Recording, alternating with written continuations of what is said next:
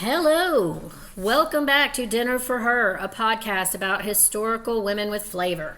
I am your host, Mandy Walker, and each episode, my guest and I have a conversation about a woman from the past that they find inspiring. Then we share a meal together themed around that woman's life. It could be her favorite dish, or one that played an important role in her life, or even just something central to her work or culture. So, episode 8 promises chills and thrills aplenty as we delve into the life of the proto-Goth Queen herself, Mary Wollstonecraft Shelley. I am going to be joined once again by my dear friend, Terry Smith. Terry. Hello. Welcome back. Thank you. We are also, Terry and I, joined by my sister Tony and my other good friend Robin. You'll remember Robin from the episode about Ida B. Wells Barnett. They are just kind of here. We're doing a little bit of a relaxed fit episode for this one. I'm retooling some things with the podcast. My goal with this, as I've said a couple times, was to find something that I could do to feel like I am making some sort of a difference in a world that feels very out of control, particularly as somebody who is raising a young woman who has a daughter.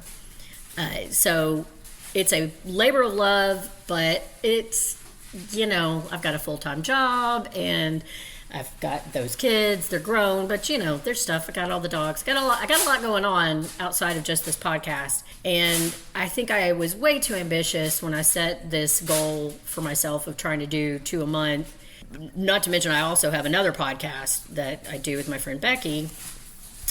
So at any rate, this is the first podcast that I've recorded since July, and I'm really, really excited. I'm feeling reinvigorated about it again because I've thought about some things that I think really work and some things that I think maybe we could do different. And one of the things that I want to do different is to get back to this idea of it just being a conversation, mainly between me and other women.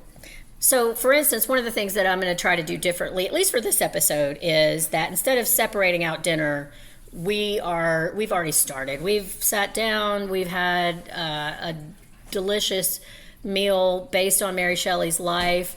And I'm going to talk a little bit more about that in a moment, but I just wanted to explain that this is just going to be a little bit less formal than we normally do. Also, just trigger warning for anybody out there that might be very sensitive to the idea of being super insulting to some trashy ass men. This is probably not the episode for you because I have a lot to say about the shithead men in her life, and I know Terry does as well. So at any rate, Terry, how you doing? I'm doing great. How you feel about being back here? I feel excited to be back here. I love this subject. When you contacted me, I had to be honest, never read Frankenstein. I certainly had seen every movie version of it available, but had never read the book. So thank you for the impetus for that. Yeah, I think we both, I mean to cut you off, but that's one of the things I think we both experienced through this. I had read Frankenstein, but it had been a long time, and I had 2 separate things going on with me in the last week. One, falling deeply in love with Mary Shelley because she's just remarkable. She had a very, very remarkable life, but also really bored by Frankenstein the book, which I hate to say. Indeed. Because we're going to get into why she was so incredibly important to women's history, and that work of hers particularly, it's still, I looked it up, it's still something like the 40th best-selling book of all time. It's, I think, the best-selling horror novel of all time. And like you said, as soon as they invented movies, they started making versions of it. Absolutely, and I understand why. Yeah, the story itself must have been incredibly remarkable for the time. It was just so different than anything that anyone else had ever done. But for a modern reader trying to read it, the language is very dense. The prose is a bit dated, yeah. It reads to me like it was written by a 19-year-old girl. Correct. A talented 19-year-old girl. Indeed. But yeah, we'll get more into that here in a bit. You fell in love with Mary Shelley. I fell in love with her mother. Oh, for sure. So, yes, Yeah. It's been an interesting week. Yeah, I mean, I told Terry one of the problems I kept running into was and again, this is one of the reasons that I wanted to go back to rethinking how often I want to put out podcasts, because one of the things that I always want to do is make it entertaining but also informative, and it's very difficult with some of our subjects to learn as much about them as I can in a short period of time.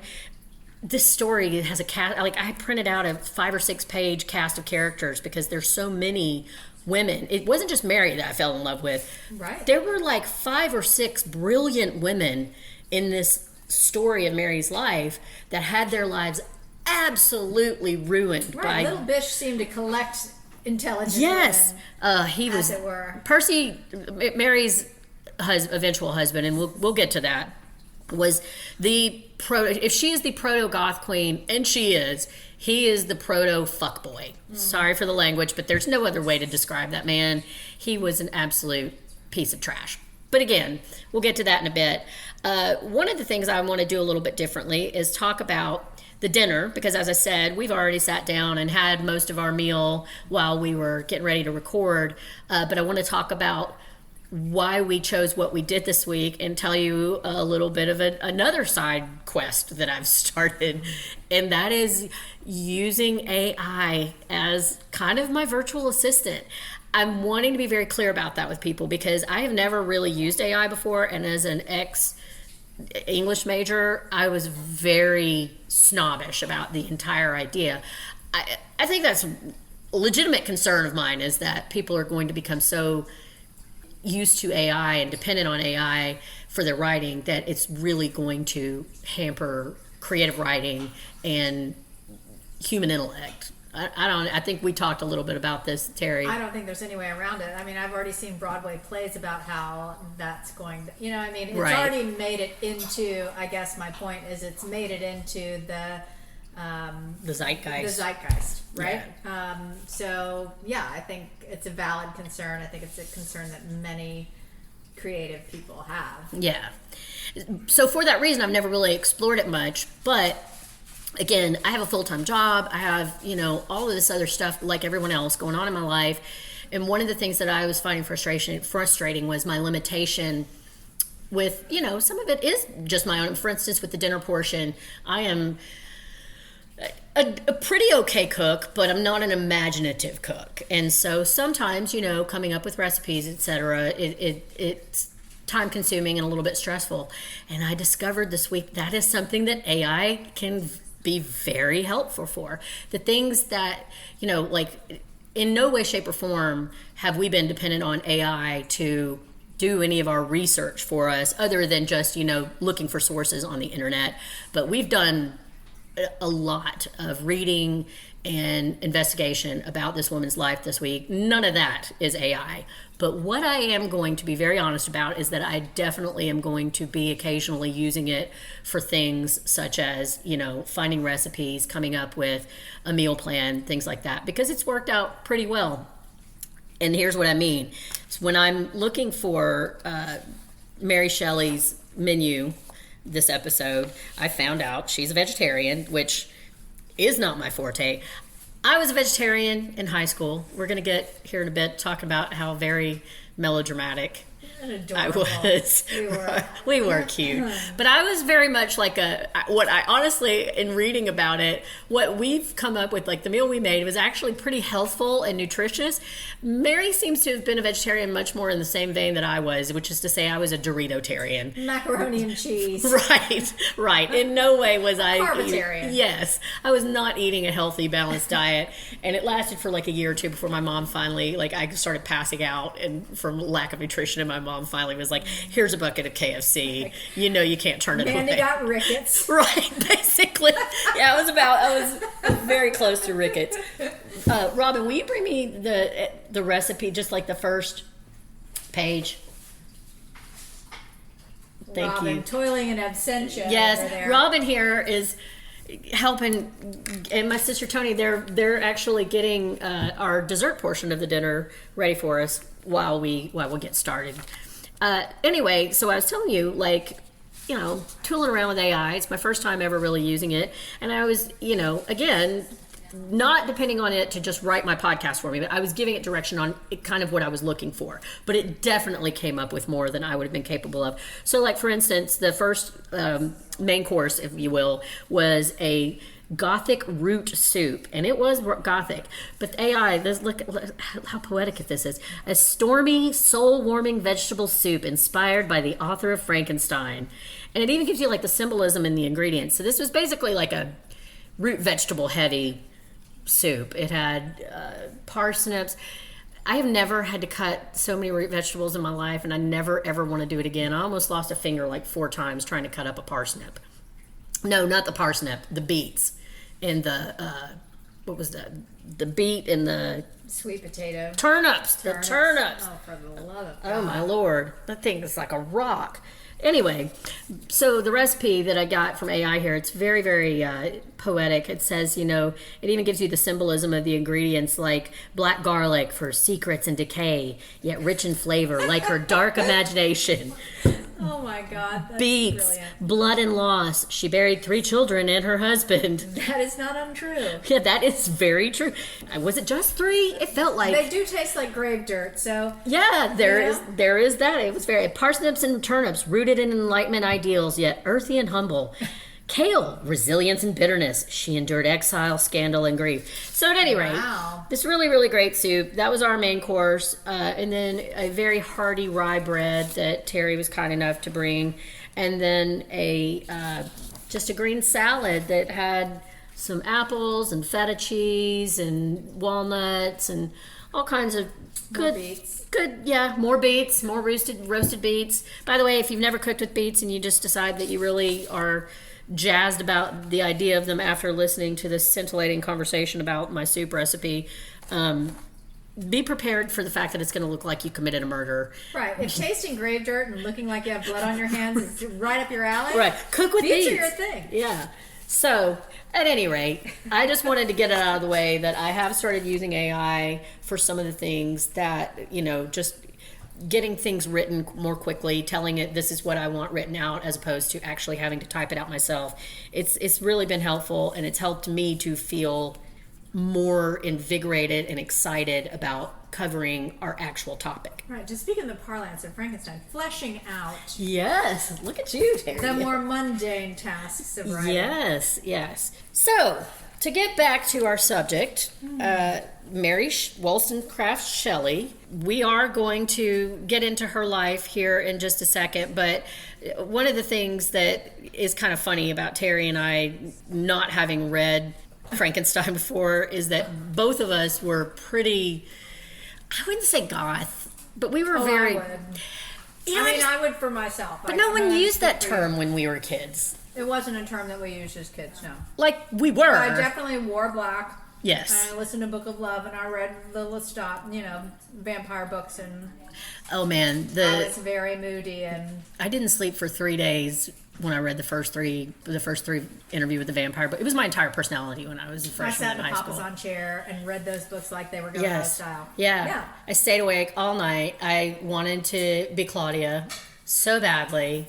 There's a mutual friend, well, not a friend of mine, a friend of yours.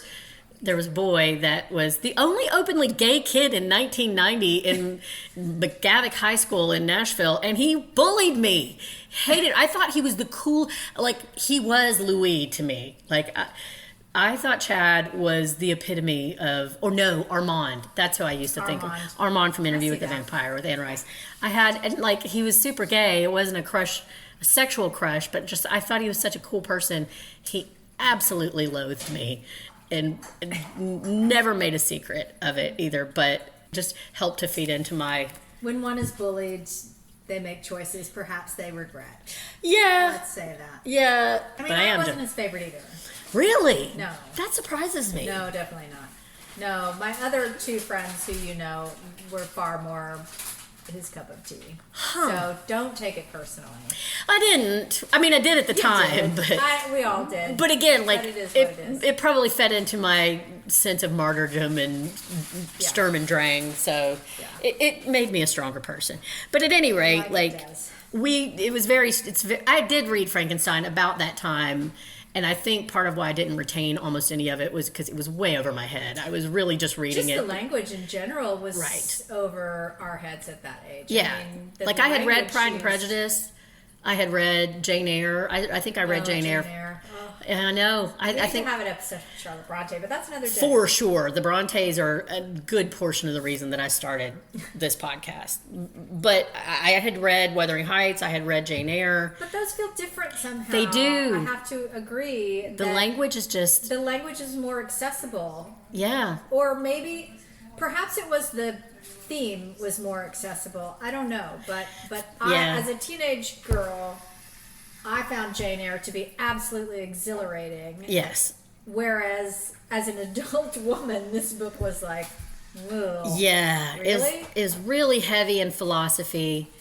A lot of, like, enlightenment thinking. A lot of big ideals, but not the most... self-importance, too, if I'm being really For honest. sure. Like Victor, God. Oh, my God. He was the first of the fuck-ass men. Exactly. He was very much her husband. Very much. Well, we'll get... You know what? We're jumping ahead. We are jumping ahead a bit. As I told Terry, part of the fit that I'm trying to work out as I go on with these episodes is how to keep things loose and flowing and conversational, but also make sure that we're not losing you guys, and I'm getting you the information that you need.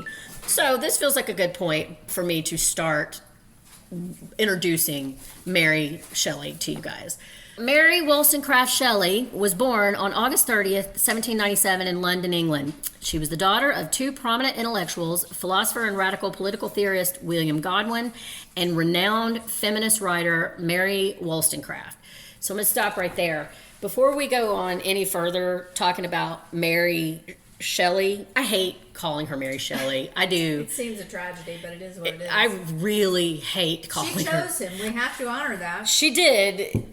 But I just feel like it's because she didn't have any. Never mind. Anyway, I like every time I did have to type out her name this week, I wanted so bad to just write Mary Shelley because it was faster, but I couldn't do it. I had to put the Wollstonecraft in there. Mary Wollstonecraft Godwin Shelley. Yes, I left the Godwin out because frankly I don't feel bad leaving out William Godwin, Mary's father.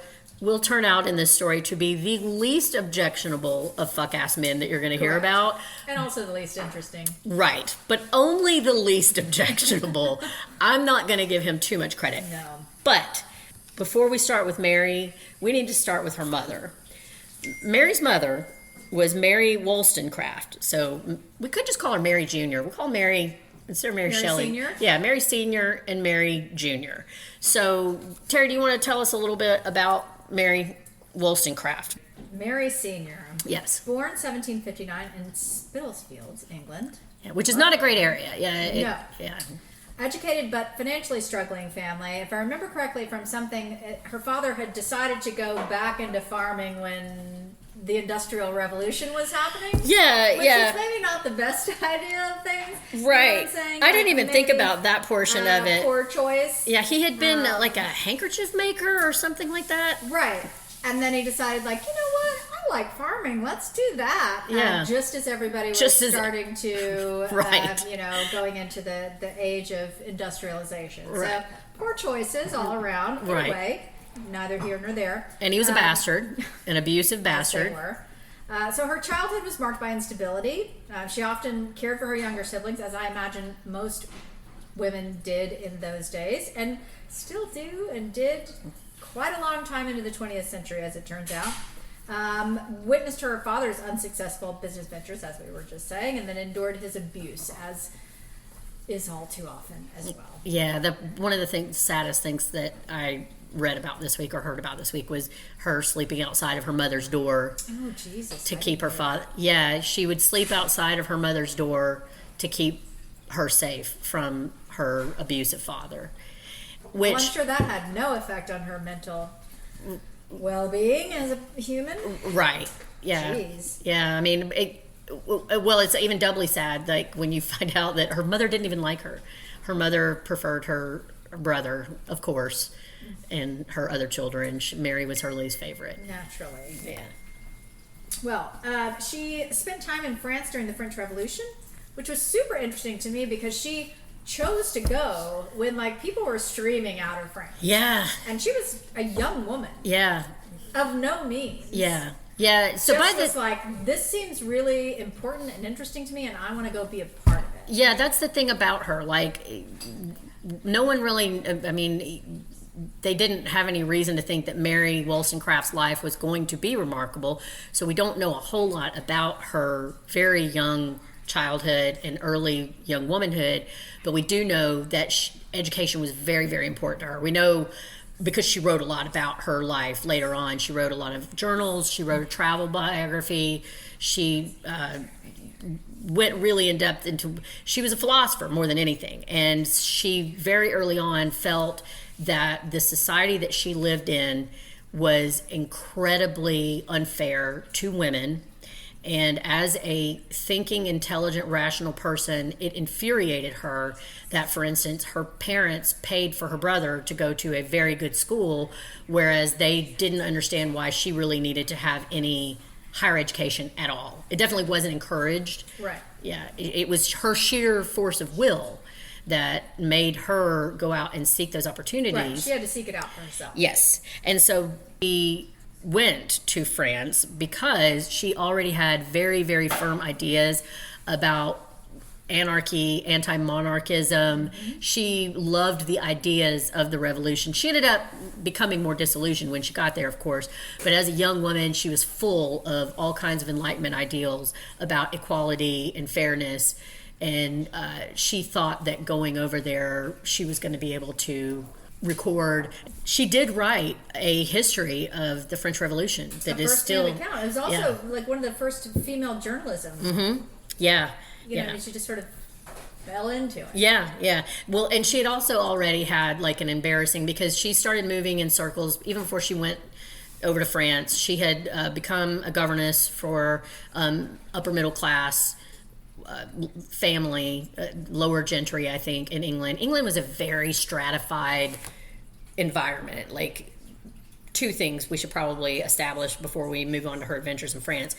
In England, women had almost no rights as a person. There was something called coverture, which was this legal reality that when a woman in England married, she literally became the property of her husband. Chattel. Yes, she was referred to as chattel legally.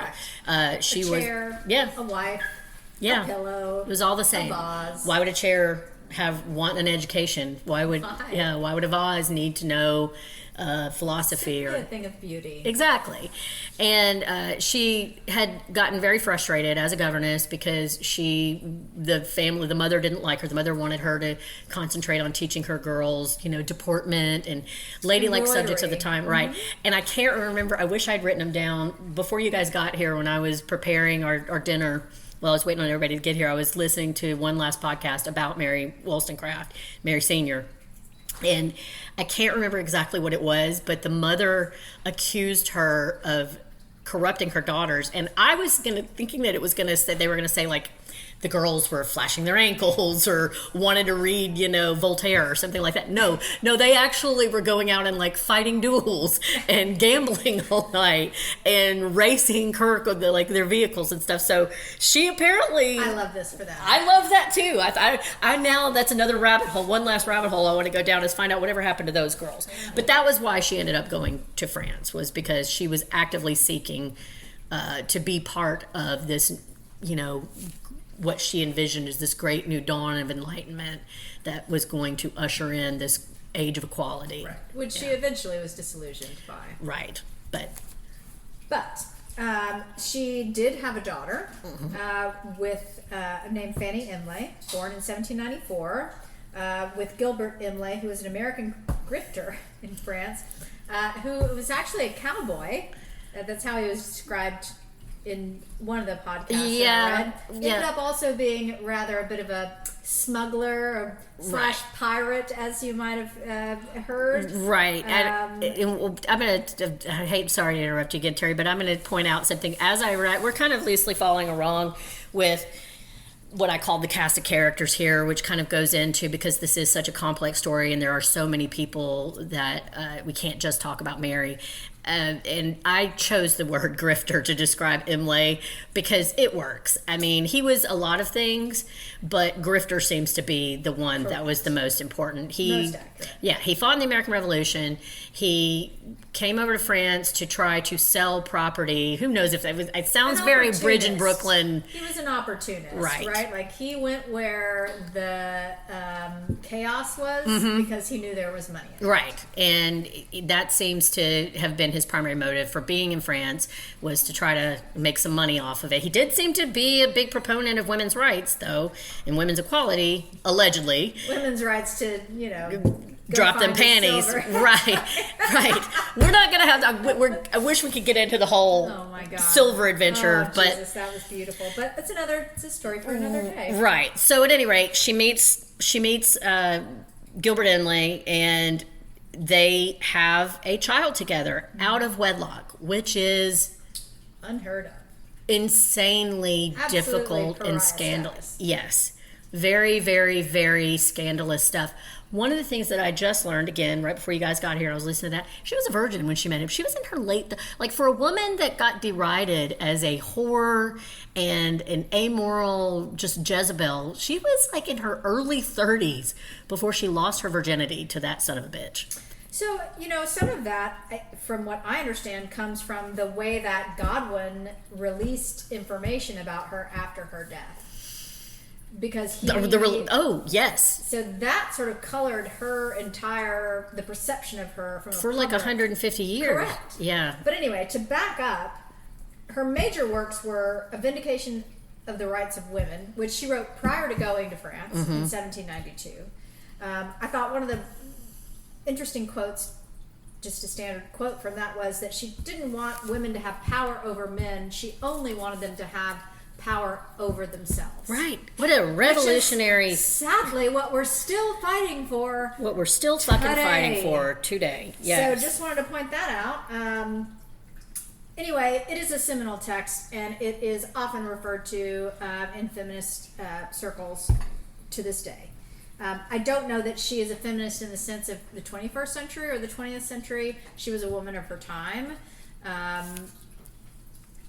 I think she advocated for women's education to make them a worthy companion for men, is generally how she sort of approached the argument. I don't think she herself thought that women were decorative, but I think she thought that was the winning argument. Exactly. She was very much intelligent enough and enough of a philosophical writer that she understood she had to start with a premise, and that was the one that she could sell. She also wrote A Vindication on the Rights of Men being humans. That was written prior to the Vindication on the Rights of Women, and then she also wrote a treatise on how to raise daughters. Yeah. Which I thought was really interesting. Yeah. Sad, too, considering that she didn't really get a chance to raise any of them. Yeah. I mean, Fanny, I think, was... I don't know how old Fanny was when she passed, but she was very young. Yeah, she was 3. Oh, she was only 3. So she really didn't raise any of them. Oh, poor Maybe Fanny. other people's daughters as a governess. Yeah. So she was the mother of Mary Shelley. She married Godwin. And from what I understand, it was really a marriage of convenience. Like, she came back to the UK as an unwed mother. Mm-hmm. Knowing that was absolutely anathema to British society. Yeah, and let's go back a little bit about that and finish up with jackass Gilbert Imlay. He abandoned her. She was in Paris. They met. They had their whirlwind, what have you. He cared enough about her at the time that he did have her registered. They were never actually married, but he had her registered with the French government as his wife because it was very dangerous to be a British citizen in France at that time. So he felt like as the wife of an American, it would give her some cover. But then he abandoned her to go run off and do some stupid bullshit side quest and left her, with their child in a war-torn country. She tried several times to get him, as much as... one of the things that she wrote very much about in the Rights of Women, one of the things that was the most scandalous at the time, is that she did not advocate for women to get married. She felt like marriage as it existed in that time frame was a prison for women. Right. She compared it rather unfavorably from a modern ear to slavery. Yeah. Clearly, it is not comparable to slavery, but that was how she... Right. It was indentured servitude would absolutely fit. Correct. And lifetime indentured servitude. And frankly, if you had the wrong husband, it could be as horrible as slavery in that he could beat you to death and very likely suffer no consequences whatsoever if people thought that you were uppity enough to have you put have you committed asylum, have you committed, right, take all of your property, all of that. So but Terry and I have talked about this, like it's kind of interesting, like she wrote very famously that she did not approve of, and nor did Godwin, her eventual husband, approve of historically traditional marriage.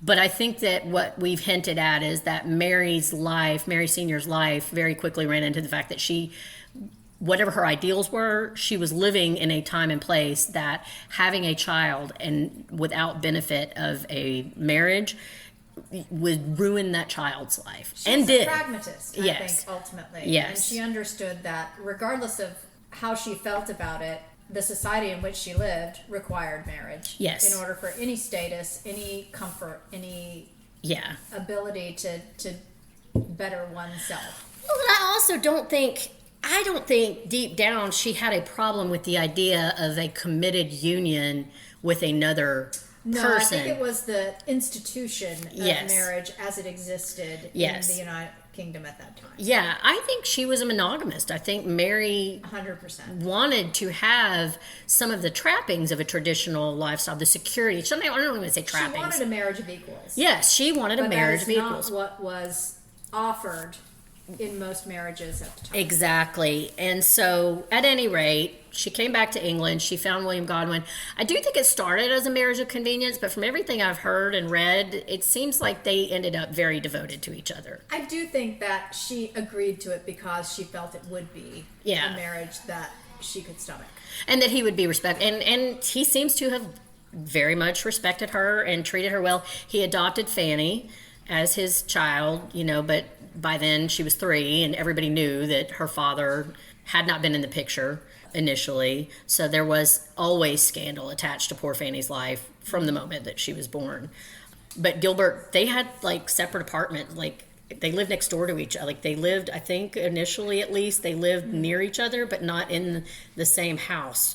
Or maybe it was that they had their own separate places in that, they had their own workspaces. That was something that they worked out well before they agreed to their union, was she wasn't going to have to give up her work, which sounds, even today women have to fight for that in a marriage. 100%. That if you are going to, it's just too common that if you are married and you are a dual income home, that the woman is still doing the vast majority of the labor in the home, in addition to working. Correct. Outside Cleaning, of that. the Right. cooking, the shopping, Right. the childcare. And when you try to point that out and you try to, people ridicule it all the time. My whole life I've seen people disparage when, people make these studies, they're trying to put a dollar amount on the labor that women do inside the home. And people mock that, but it's very true. If you've ever lived that existence, I have a very happy marriage. Choosing a marriage and being able to not have to move up a corporate ladder so that I could I've always worked outside the home, but I also wanted to predominantly be able to be there for my children. So in a lot of ways, my marriage does run along very traditional lines that way. I chose that, but as I've gotten older, I have seen that I've set a nice little trap for myself. It wasn't Eric's fault. It's just society expects you as a mother to do all of that. And I didn't even see that I was taking on so much of the burden without even thinking of asking for help. And there were times that I felt like I was drowning. Right. And I had tons of help, quote unquote help. But there was no choice in your mind to not conform. Right. It's just what our society expects from you. And I want better for my daughter. So I want to be very clear in this podcast. Anytime something like this comes up, I may repeat this whole thing about my marriage. through other podcast episodes, and I want everybody to understand I have a wonderful husband. My husband is amazing. I love the man dearly. He's nothing I say is anything that he hasn't heard. And again, it's nothing he did. It was just societal expectation. No, I think it's choices that you made, but were they choices, right? Exactly. You didn't feel like they were choices. Exactly. Like, for instance, and we're going to move on from this and get back to Mary Senior's life here in a second, but one of the things that I have come to see as I've gotten older, and we are in this dark place where you literally have people in our government talking about taking away women's rights to vote, that they're doing everything in their power to try to encourage women to give up on their ideas of having a career, of being anything other than a wife and a mother. It makes absolutely no sense to me, and I'm saying this very much in a Mary Shelley or Mary Wollstonecraft way of laying out an argument that I don't necessarily ascribe to their views, but even if I did believe what they believed, if you want to make women want to have more children, the idea of taking away every modern help, and that's not even the right word, but like any institution that might make that easier for a woman to be a mother, they're taking that away from you. They're taking away your health care. God forbid you start talking about universal child care or anything like that would actually make it attractive to a young woman. Instead, what they're doing is setting up a world where fewer and fewer young women are going to want to enter into what they are going to increasingly see as a trap.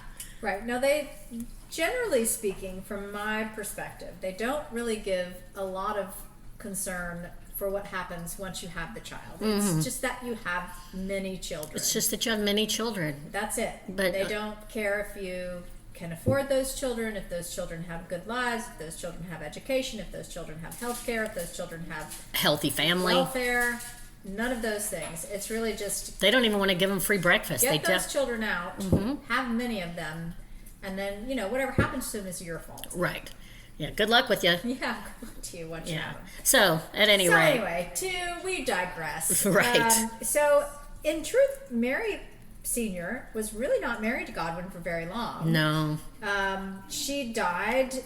She was pregnant with Mary Shelley and died from sepsis. Yeah. She gave birth to Mary, and then her placenta did not Ugh, such an do awful whatever story. it's supposed to do. Exit? I don't know. What do they call that? Well, normally the placenta, they call it after birth because it's literally like giving birth again. But hers was broken into pieces. He probably had to use some sort of forceps or something. Right, and there was no, medicine at the time. There was no understanding of germs and those kinds of things. Hand washing, all of that business, washing of utensils and implements. So I read that he sepsis. I read that he literally could have left a corpse right before he came to deliver this child, that was not uncommon, that 100%. A doctor would have just been dealing with someone who had died of God knows what, and then immediately come without washing their hands or anything like that. Right. And no sanitation whatsoever. Right. And that is how one of the great thinkers of feminist philosophy ended up dying of childbed fever. Right, it took her 10 days. It took her 10 days. And this is where I'm going to introduce you to the fact that I told you that I learned this week. You don't know if you're ready for this. I wasn't ready for this. And it's actually I wanted a surprise, so here we go. Well, it's even more interesting because Terry here is a dog trainer, and she has worked with dog behaviorism for, I think, your entire career? That's been a long time. So this will be really interesting for you for that reason.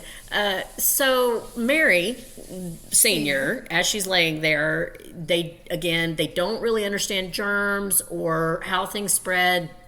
And whenever you had a mother that got childbed fever, they did not want the child to nurse from the mother because they weren't humors and things. Exactly. They still believed in like black bile, red bile.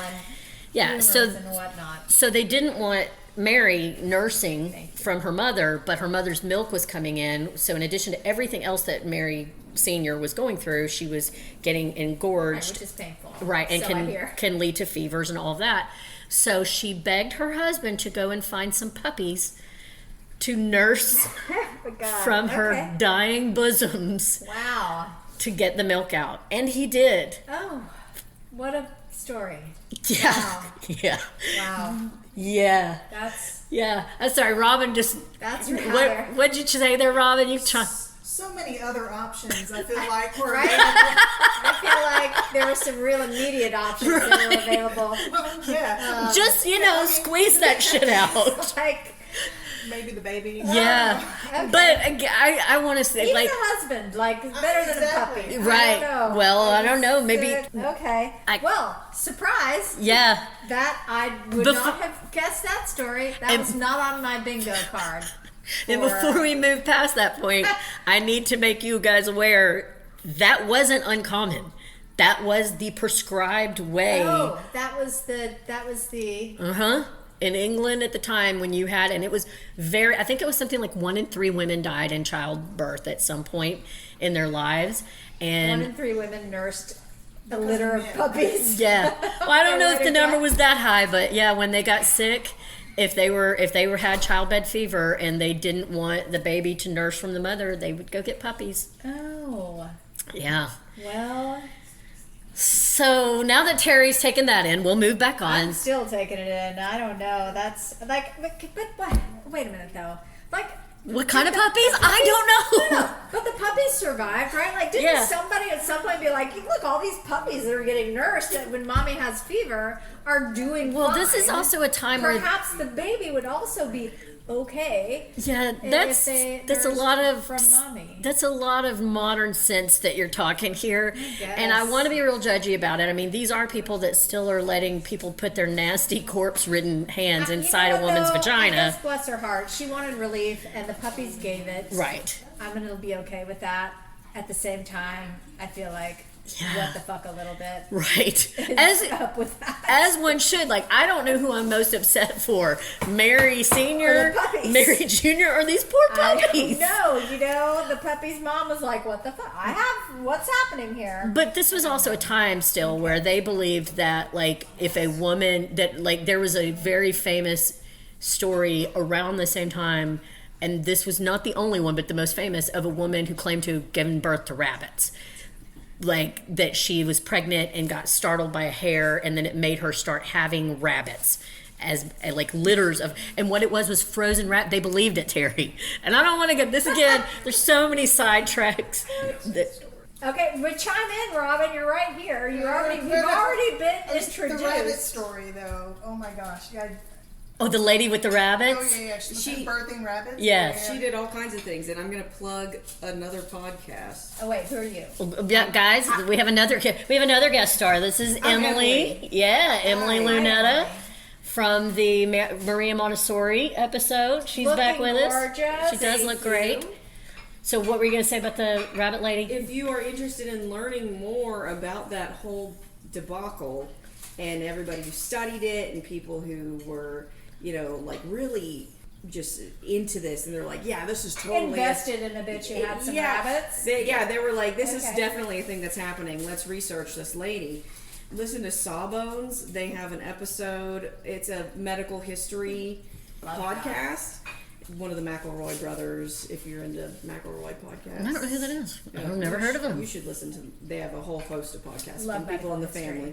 But it's a medical history podcast, and they talk about this woman who gave birth to rabbits. And it was not just rabbits. It was like cats, and they would have like weird put together amalgamations of creatures in this woman. Yeah. Bit of a Frankenstein? Yeah, bit of a Frankenstein. It was a very goth time. It really was. And then full circle. This woman, when the person who was attending with her couldn't be in the room with her for a certain period of time, all of a sudden, she can't give birth to rabbits. Yeah, it was all shady, and looking back on it, quite obviously, and I believe, if I remember correctly, she was mentally ill as well. She was also profiting off of it. Yeah, well, I don't know, we're going to move on, because, God, we have so much to cover, but I believe...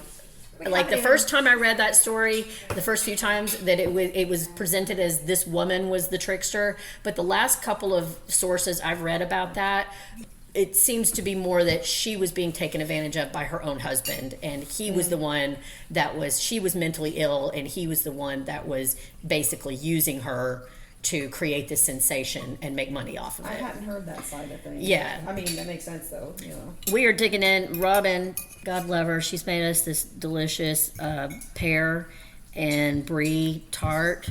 Oh my gosh, it looks so good. And Tony, thank you guys. This is a family affair tonight. So yeah, anyway, this is the time we were in. They still basically believed in the humors. They believed that you could give birth to rabbits. It's probably the puppies wasn't that crazy. Sadly, Mary Jr.'s mother, Mary Sr., died nursing puppies in her bed. And what an ignominious end to a very consequential woman. Yeah, if anybody out there has never heard of Mary Wollstonecraft and her work, if nothing else happens from this episode, please go read more about her and the debt that we as women owe her and her work. Yes. So that left Mary, young Mary Jr., in the loving care of her father, William Godwin. And we'll talk a little bit about William Godwin. I don't want to spend a whole lot of time on him. He was a philosopher himself. He was born on March 3rd, 1756, in Cambridgeshire, England. He was raised in a strict religious household, educated for the ministry, but he became a dissenting preacher in early adulthood before shifting away from religion completely.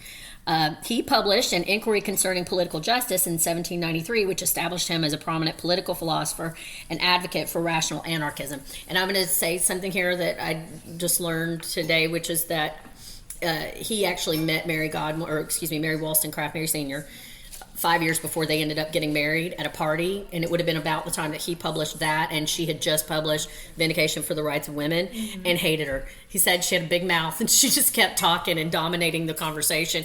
She was smarter than everybody. Exactly. But yeah, he wasn't fond of her. Well, God forbid a woman should have an opinion. Exactly. But William appreciated. William allegedly, and again, he did seem, out of a bad lot of men, he does seem to have been the least objectionable. He came around. You've got to give him credit for that. Yes, he married Mary in 1797 because she was pregnant with Mary Jr., and she had already discovered through having Fanny and how horrible the world was for a woman that had a child that she wasn't married. So even though they both objected to marriage on principle, they didn't want Mary Jr. to be stuck with the same stigma that her sister Fanny had. Right. But he absolutely adored Mary Sr. Like, when he did eventually die, he arranged to be buried next to her, even though he had remarried. And he seems to have doted on both of his daughters, but mainly he wanted to be left alone to write his very important works. So it started, as much as he loved his daughters, it started to get on his nerves a bit, and was real drag on him to have to raise those girls. They had needs. Right. God forbid. And he needed to write his very important thoughts down. So he ended up remarrying Mary Jane Claremont, his second wife, who became stepmother to Mary and Fanny Imlay, and played a significant role in their upbringing.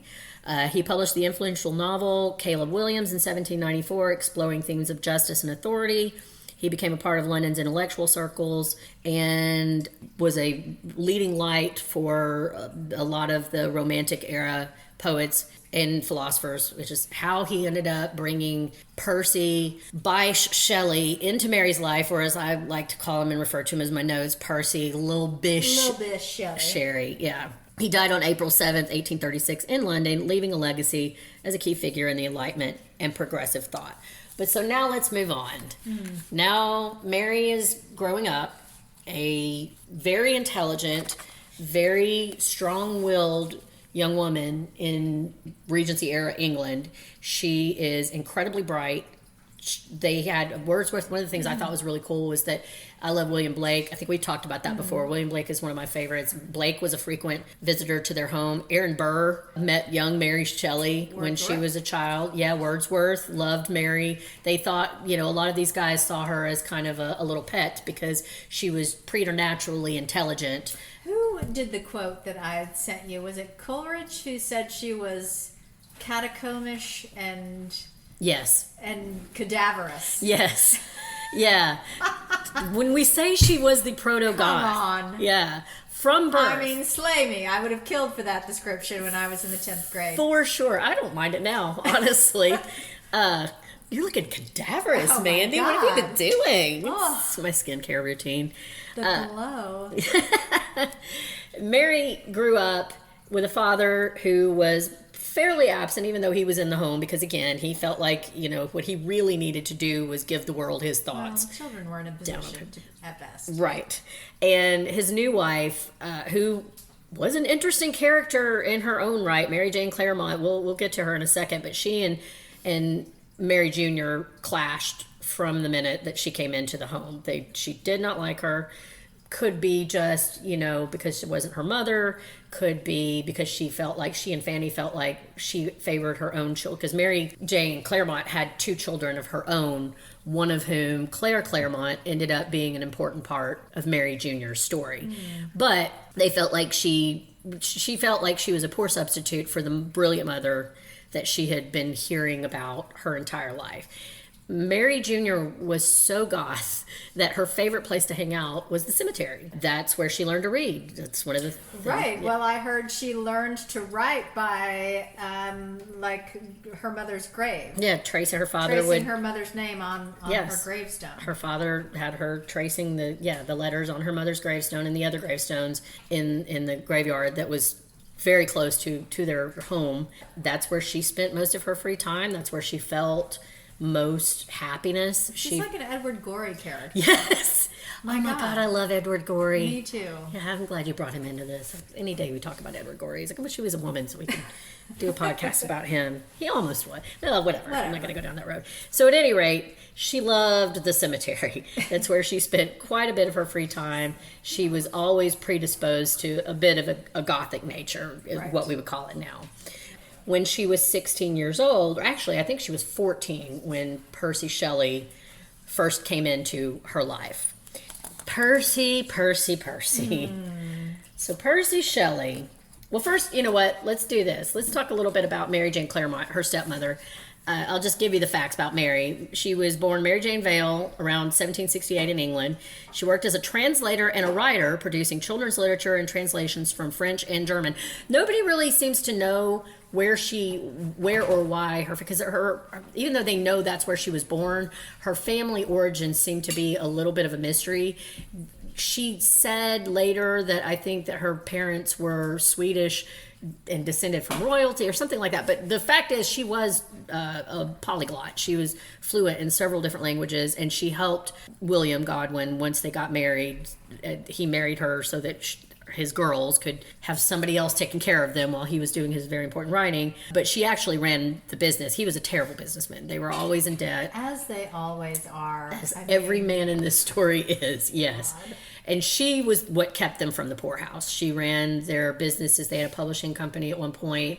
They opened a bookstore, all of that. So, her disputes with her stepdaughters aside, she seems to have been the only reason that family ever had money. And even though she and Mary Jr. did not get along, she was the one that once Mary did run off was helping her financially anytime that she possibly could. Probably because Mary also took one of her daughters with her when she ran off, but whatever. Collateral. Right. So they're running this household where all of these leading lights of the day are coming and showing up. And one of them, when Mary was a very young teenager, the school that she went to, she was made friends with the sister of romantic poet Percy Bysshe Shelley. Percy was born on August 4th, 1792 in Horsham, Sussex, England. He was the eldest son of Sir Timothy Shelley, a member of Parliament, and Elizabeth Pilford Shelley. He was educated at Eton College. Before he got to Eton, his primary, what we would call primary school, it was a boarding school. I think it was Harrow. I can't remember which one. There were only 2 or 3 that the nobility sent their children to. They called them public schools then, which is weird because they weren't really for the public, right? But he was so picked on there. They had this system called fagging, which is probably where the word comes from. In England, fags are also cigarettes or flame, but it was also a system whereby boarding school boys would have a younger boy that would basically be his servant. And if you bucked against that, then you were mercilessly hazed. They called it Shelley baiting. Like he became so synonymous with it that his own name was used, because he was such a, give him this, at least when he was young, he was very pugnacious. He was very violent was the word that they used. He didn't just sit back and take it, and he refused to be part of the fagging system where you would have these young boys. And sometimes it was sexual abuse. It wasn't just that. It wasn't even primarily that. It was basically just using them as servants to do their bidding and hazing. But it absolutely could devolve into sexual abuse, and sometimes did. And he didn't want any part of it, and so his life was pretty much hell when he was at boarding school. Didn't make him a better person. When he got to Eton, he developed a reputation for being rebellious and intellectually curious, and then he went on to University College at Oxford, but he got expelled in 1811 for publishing a pamphlet advocating atheism. That was a big theme in his life, was basically trying to buck against any system that might already be established by the quote-unquote bourgeois. I don't know if they even used the term bourgeois then, but he sounds like the kind of guy that would have thrown the term bourgeois around a lot. So Mary is friends with his sister at the boarding school, right? And she meets Shelley, and he wants to get to know her more because he has this intellectual crush on her father and her mother's writings. So he thinks, oh, this girl's got to be really cool. But she's my ticket to get into hanging out with Godwin. Mm-hmm. But there was a problem. Old Percy had already run off with a different 16-year-old before he met her. You will be unsurprised to know that Percy was not a big believer in monogamy.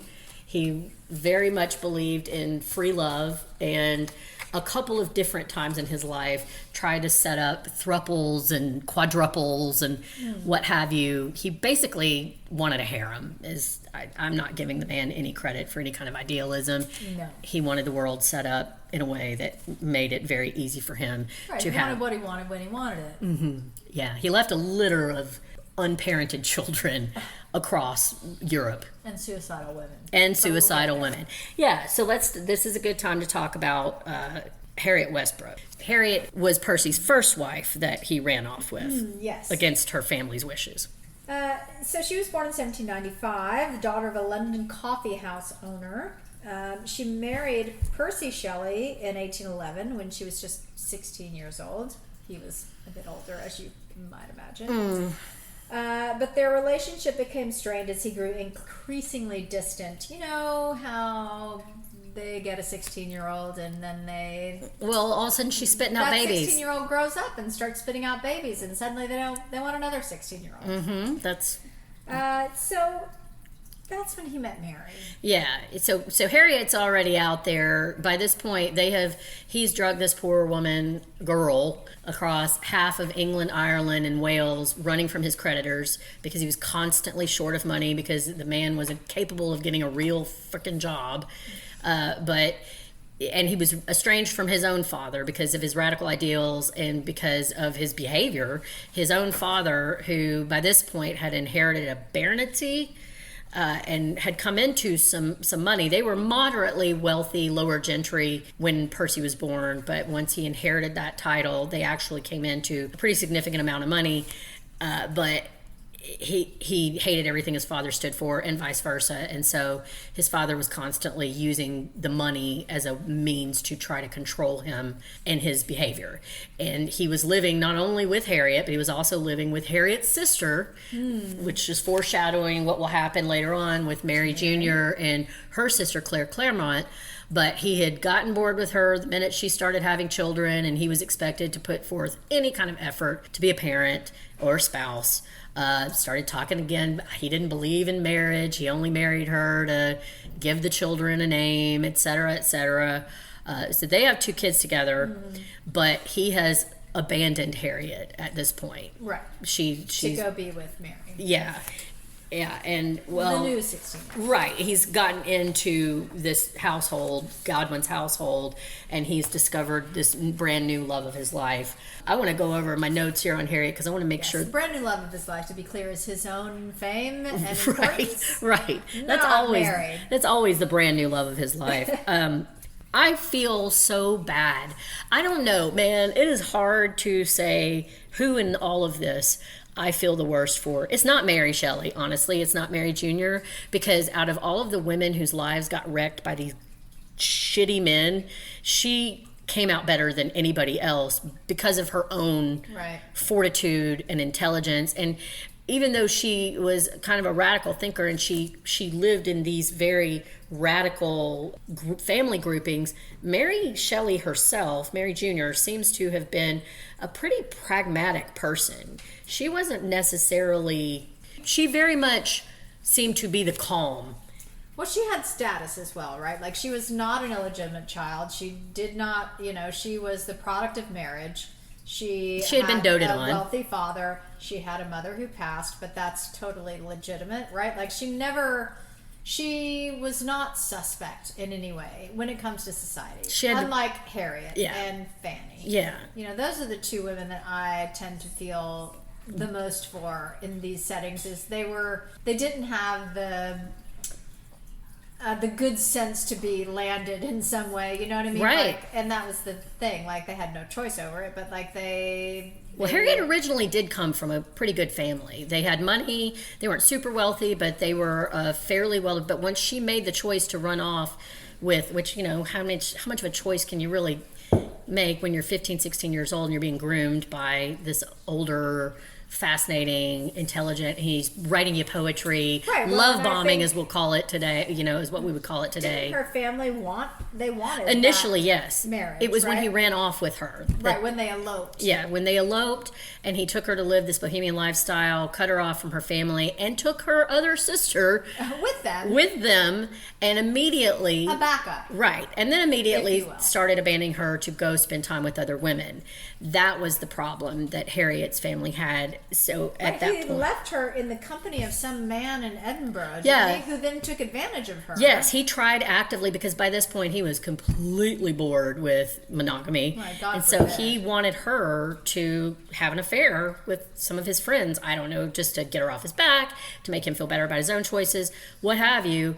But even though free love had sounded like a great thing to Harriet at 16, by this point she has 2 children and she's suffering the consequences of what that looks like. Right. So she got to be a real drag. And this other 16-year-old comes along, and the bonus is that her father is this brilliant philosopher, and her mother was another brilliant philosopher that he had hero worship of as long as he had heard about her. But again, because there are 2 people, especially, as you said, Harriet and Fanny Imlay are 2 people in this whole story that I feel the worst for. I just don't want to gloss over her. Right. I want to give her her due. One of the things that I want to mention, well, 2 things, is that after he left her and shacked up with Mary Jr., she did move on. She seems to have gotten pregnant by another man because they'd been separated for like 2 years at this point. No one knows who that other man was. She didn't tell anybody that she was pregnant, but she must have felt very, very alone and very, very desperate because she ended up killing herself while she was incredibly pregnant with that child. And Mary Jr. did eventually feel a lot of guilt about what she did, or her role. Not that she did, because she was a child too. If you, sure, I know that was a time where, but 16, but she played a part, whether purposefully or not. Right, and she believed everything Percy told her about Harriet at the time, because she was one of the few people in this whole story that did get to live to not an old age. She's my age. I think actually she's literally your age. I think she was 53 when she passed. Yeah. So, but she did get to grow up, and she began to see after everything. Ripe old age at that time. Right, and after everything he put her through, she did feel bad for Harriet in the end. But before we move past Harriet, I want to talk about one of the more interesting things that I learned this week, which is that Mark Twain, of all people, Samuel Clemens, wrote a very impassioned defense, and this would have been 70 years later, of Harriet Shelley. He heard that there was a book that had become very popular with young women in schools in America that was purported to be like the be-all and end-all of the story of Percy Shelley's life. And it portrayed Harriet Westbrook as this disgusting fallen woman, and that everything that Percy did was in reaction to the fact that she was cheating on him. It was pure fantasy. It had no basis in reality, and good old Samuel Clemens was pissed when he found out that young girls were being taught this garbage. So I'm not going to read it, but one of the things, well, because it's very long. As an essay, it's very long. But I encourage everybody to look for it. It's called In Defense of Harriet Shelley. It's part of Gutenberg.org. You can read the entire thing for free online. But what really infuriated him was just this idea of blaming Percy's sins on this poor woman who, out of everybody, really should have had the most sympathy. This is one of my favorite lines that he said in here. And in truth, his unheroic work has not been barren of the results he aimed at, which was to slander her. As witness the assertion made to me that girls in the colleges of America are taught that Harriet Shelley put a stain upon her husband's honor, and that was what stung him into repurifying himself by deserting her and his child and entering into scandalous relations with a schoolgirl acquaintance of his. I love that. I love how he stripped every bit of the romance out of what was essentially a predatory man. I mean, for when Samuel Clemens was writing this, it was still incredibly revolutionary to think that the fallen Harriet, if Harriet hadn't been strong enough to keep her knees together, then poor Shelley wouldn't have been the victim. Been fine. Yeah. So I'm going to move on. I'm going to move past Harriet now because we got so much left to cover. But we're indignant, and we want you to know. Yes, we want justice for Harriet. Justice for Harriet. T-shirts will be made. Yes. And available for purchase. Yes. And I'm also going to just real quick, because again, I feel awful about her story as well, maybe even more than Harriet's. Fanny Emley, Mary's older sister, Mary Senior's first daughter. Yes. Gilbert Emley. She also ended up very tragically. Her father was never part of her life. Like the minute that she was born, he was around for about the first year, treated her, like a pet, seemed to have doted on her while he was there, but he was almost never there. And by the time she was a year old, he wanted absolutely nothing to do with her and was never a part of her life after that. She was raised by Godwin with his other children and Mary Jane Claremont's children, but everybody seems to have kind of pitied her. Like Godwin, the way he described her, he described Mary as bright and quick and all that, and that Fanny was just kind of dull and stupid. She was probably traumatized and heartbroken. Yeah, so she just seems to have been like the drudge that got left behind. Everybody thought she was kind of a drag. So she ended up sadly taking her own life on October 9th, 1816 in Swansea, Wales. It was so sad. She just basically... It's the anniversary. Yeah. Oh, yeah. Well, wow, that's kind of creepy. That's what we're here for, right? Yeah, she packed her stuff, even at the end, she went away where she wasn't a bother to anyone, to a hotel where no one that she knew would have to find her. She tried to make it where no one would know who she was, but they did figure it out. And this is one of the things I will not forgive William Godwin for. He could have given her a proper funeral and mourned her as befitted a daughter of his house, but instead he said, let's give Fanny what she wished for, which is to just pass in obscurity. And so she's buried. Anonymity. And she's just buried somewhere in a pauper's grave, unmarked. The reality was her mother would roll in her grave. Yeah, it probably was. Yeah, the reality is it would have been incredibly awkward and uncomfortable for William Godwin to bring have that home. Right. In addition to having an out of wedlock child, you now have a suicide, which was incredibly Mark against his stigmatized. character on my part, let me tell you. Right. That one may be the one that got William. You almost got through this being unscathed. Yeah. And then we got okay. Now back to Mary Senior or Mary Junior's story. She's run off with. She's met Shelley. She thinks he is the. Are you in an OFT? Yeah. Oh brother, where art thou? Reference. Love it. But yeah, so why don't we pick up from there? She's run off with Shelley. Yes. So she began a romantic relationship. That's or grooming, whatever, whatever you want to call it. Right. In 1814 with the poet. Yeah, I want to point out too, I know that everybody thinks that women got married very, very young all the time back then. That isn't, 16 was still incredibly unusually young for a woman in her social strata to have gotten married. Not unheard of, but definitely not the norm. Right. So they eloped. Also not the norm. Right. Couldn't get married because he was married to Harriet. Yes. Who had not yet committed suicide. Yeah, and didn't for several years. Right. Just how inconvenient of her to remain what a bitch. alive.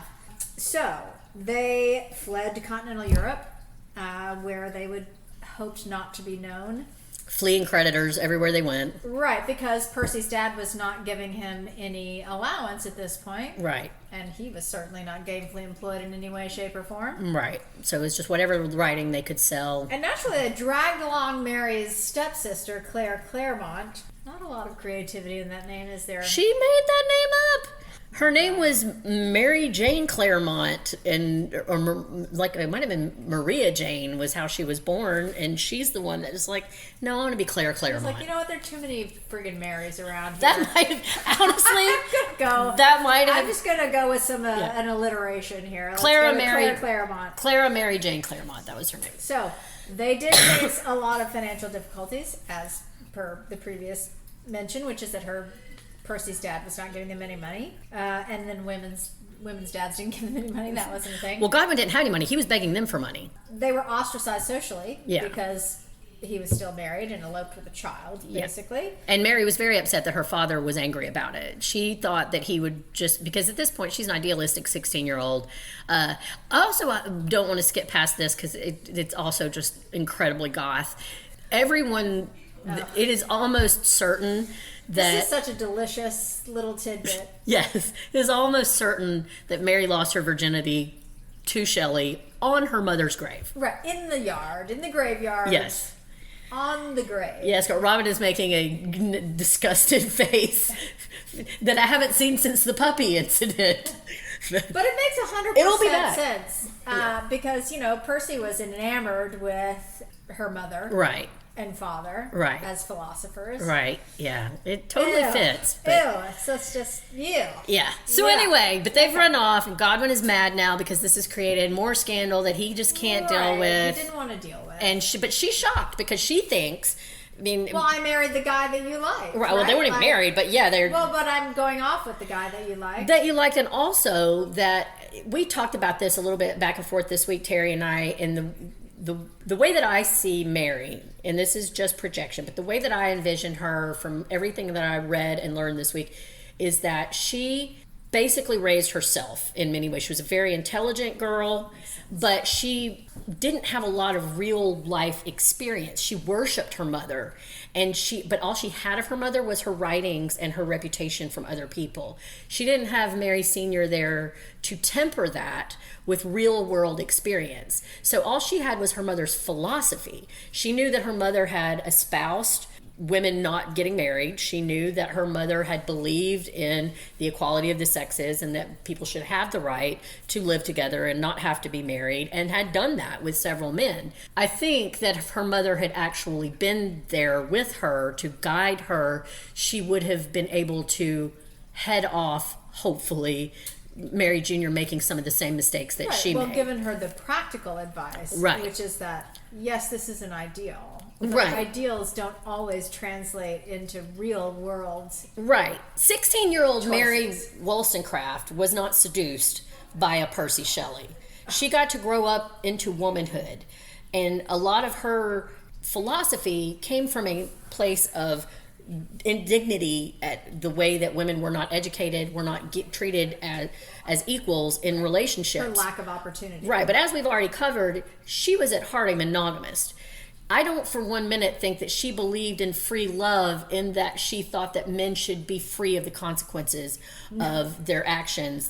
And I think if she had been alive, she could have protected Mary Jr. from being seduced. I think that Mary was so in love with this idea of being the daughter that her mother would be proud of, that since she didn't have her mother to give her the knowledge of how, yes, marriage can be a trap, but that doesn't mean you run off with the first fuckboy that comes in and writes a poem for you. Right.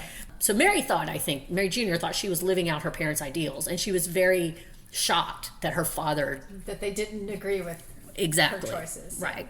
So they walked across France or some shit, right? Yeah. Like they literally Yeah. got on a boat. They were like, see ya, Britain. They went to France. Yeah. And then they just trudged across France on foot or something. As one does. Her sister's in tow. And then they were like, well, screw France. Let's go to, because I don't know what was going on in France at the time, but it must have been, it was Napoleon was happening, and they were probably like, that seems intense. Let's go to Switzerland. Right. Yes. And again, I think to reiterate, he's also banging her sister by this point as well. As Claire you Claremont do. is 100% sleeping with Percy. He just little bit. So yeah. Okay, so that's happening. Did we mention that Harriet's children were given to clergy? No. Okay, so about this time is when Mary starts getting pregnant with her many children that she loses several of. But Harriet, when she died, she and Percy's 2 children, their reputation was so bad by that point back in England that in a world where fathers almost never lost custody of their children, he was not given custody of his children. They give them to a local clergy to raise because you're a bastard. Yeah, and normally I would say that that's prudish and puritanical, but honestly, we hate Percy. We hate Percy. That makes sense to us. As many dead kids as he left everywhere, it was probably best go. for those children to not be in his care. So they're trudging across France at this point. He's screwing the sister. Whatever's happening, she's losing babies already. Yeah, it's pretty terrible. Yeah, they get to Switzerland, and Byron joins them. Yeah, in some kind of chalet, I'll assume. Yes. I don't know. It's Switzerland, so I'm yeah. gonna go with chalet. It actually was, and here we got to talk a little bit about Byron. Ugh. I think I've said this already in the podcast. I may have said it before we started. I thought I hated him more than Shelley before I started this adventure. Now I hate him slightly less than Shelley, but only because he was... Well, he was the preeminent fuckboy. Yes. Like the prototypical. Yeah, if she was the proto-goth queen, he was the proto-fuckboy. Yes, for sure. He had destroyed so many women by this point. You could absolutely see why Percy was a big fan. It's like, how do I make this my life? Right. So George Gordon, or as I have him in my notes here, George Porgy Gordon, Lord Byron, who I actually do think that they wrote that. If I remember correctly, that's supposed to be based on him. He was born January 22nd, 1788 in London, England, inherited the title of Baron Byron at the age of 10 after the death of his great uncle. He had attended Harrow School. Harrow, that is where Percy went for the school previous to Eton. Yeah. Then Trinity College, where he began writing poetry. He published his first poetry collection, Hours of Idleness, in 1807. He was very famous by this point. He was very famous and very, very infamous. He gained fame for writing Childe Harold's Pilgrimage in 1812, which established him as a leading figure in the Romantic literature movement. He served in the House of Lords, developing a reputation for his outspoken views and scandalous personal life. And when we say scandalous, he did not get... He made Percy look like a rank amateur. Byron would put it in any hole that stood still long enough, including his own sister. He was known for a series of high-profile relationships with women, including his marriage to Annabel Milbank and love affairs with Lady Caroline Lamb, whom he literally drove insane. I think Annabel Milbank is the one. If you know Byron and you're not a fan of romantic poetry, you probably still know who Byron is because he wrote She Walks in Beauty Like the Night, which is one of those poems that we all learned in high school. And it's fine. It's fine. I mean, look, he wasn't untalented. Right. He just was a scallywag. Right. It wasn't worth all this. He destroyed, Caroline Lamb literally went insane after. Chased him around, sent him locks of her pubic hair. I mean... My God, woman. Yeah. I mean, so many women destroyed themselves for this man specifically. I don't get it. He had a club foot. He was he kind of pudgy, he seemed like he had a little bit of a God. he was not. Do we suspect that he knew what to do with his... I don't know, man. I don't know. Because he would get these women, and then as soon as he got tired of them, he would not just break it off with them, he would tell them, like, you disgust me. He would destroy them. You are revolting to me. So that reminds me of one of my favorite movies, which is, what's the one with Glenn Close and Dangerous Liaisons. Dangerous Liaisons. Yeah. Very similar to that. Where he like goes to Michelle Pfeiffer's character. Yeah. And is like just has to destroy her. He can't just leave her. He has to absolutely destroy her entirely. Destroy her life. Yeah. I honestly think that character may have partially been based on Byron, if I remember correctly, but I could be wrong about that. But very Byronic. Anyway, major sidetrack, but no, but it's very much the same type of thing. He faced public disgrace and was effectively banished from England in 1816 due to scandalous rumors and mounting debt. And when we say scandalous, we mean scandalous. He was known for today. He was known to have one legitimate daughter, whom I will absolutely be doing an episode on one day. Oh, yes. I admire her so much. Ada Lovelace. He had her with Annabelle Millbank, who was his legitimate wife.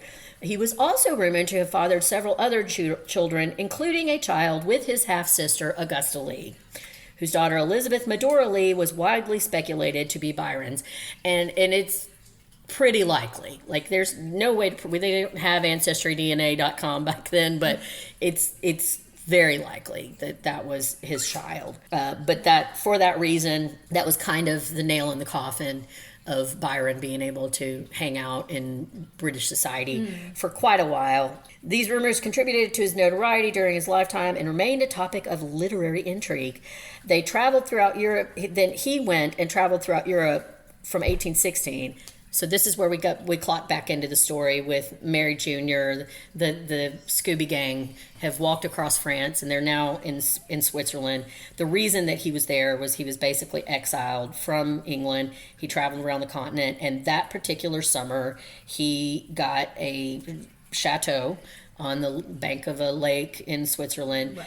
He had come into...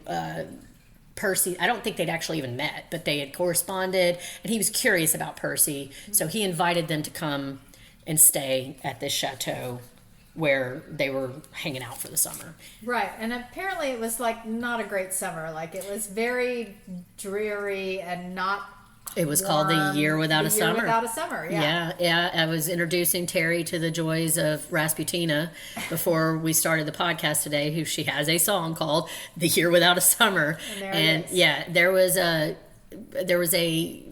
lot of volcanic activity. Well, first of all, Europe was in the middle of something called the when the Greenland thing happened? Yes. They had the volcano, and then the ash thing covered all of fucking Europe, and they had no summer. Yeah, okay. They were already in the middle of what they were called a little ice age. There was a period there for, I don't remember the time frame, but there were decades there where it was incredibly cold in Europe. So they were already dealing with that. Then I think it was the volcano Remora, maybe the name. Oh, that sounds very gothic. Yeah, nobody knew what was causing it at the time. It was only later that they figured it out. But that year was incredibly cold and rainy and dreary, and even snowed sometimes well into summer because of this environmental thing going on. But for that reason, they were telling stories, right? So it's cold and awful, and they're stuck inside. So let's tell scary stories. And of course, both Byron and Percy, because being men who are just ever effing confident of themselves, or overconfident, just tell their stories right off the bat, like everyone's going to love them. Right. And Mary was like, I don't know, I think I have a story, but I'm not ready to tell it. Yeah, and she mulled it over, and it took a few days. One of the funniest parts of all of that, as that story that I sent you this week that I discovered about as they're sitting here. So they're reading these German scary stories. They're reading a book of German horror story. They didn't have the term horror then, but they're like ghost stories, folk tales, things like that. Right. And scary poetry, like for the time would be. And there is a Coleridge poem called Christabel that was never finished that was about kind of a lesbianish proto-vampire that seduces this young girl. And bitch-ass Percy was so scared of this poem. And you can look up Christabel for yourselves, guys. It ain't all that. It's not that frightening, but he got so afraid that he had to run from the room screaming and had nightmares Yeah, about... well, look up his paintings first. Paintings of him, it'll all make sense. Yeah. So, anyway... Little bish. Right. In every way, he was a little bish. So, yes, they've kind of didn't really the whole storytelling thing. They were going to have a ghost story competition. It was kind of a bust for most of them, with one notable exception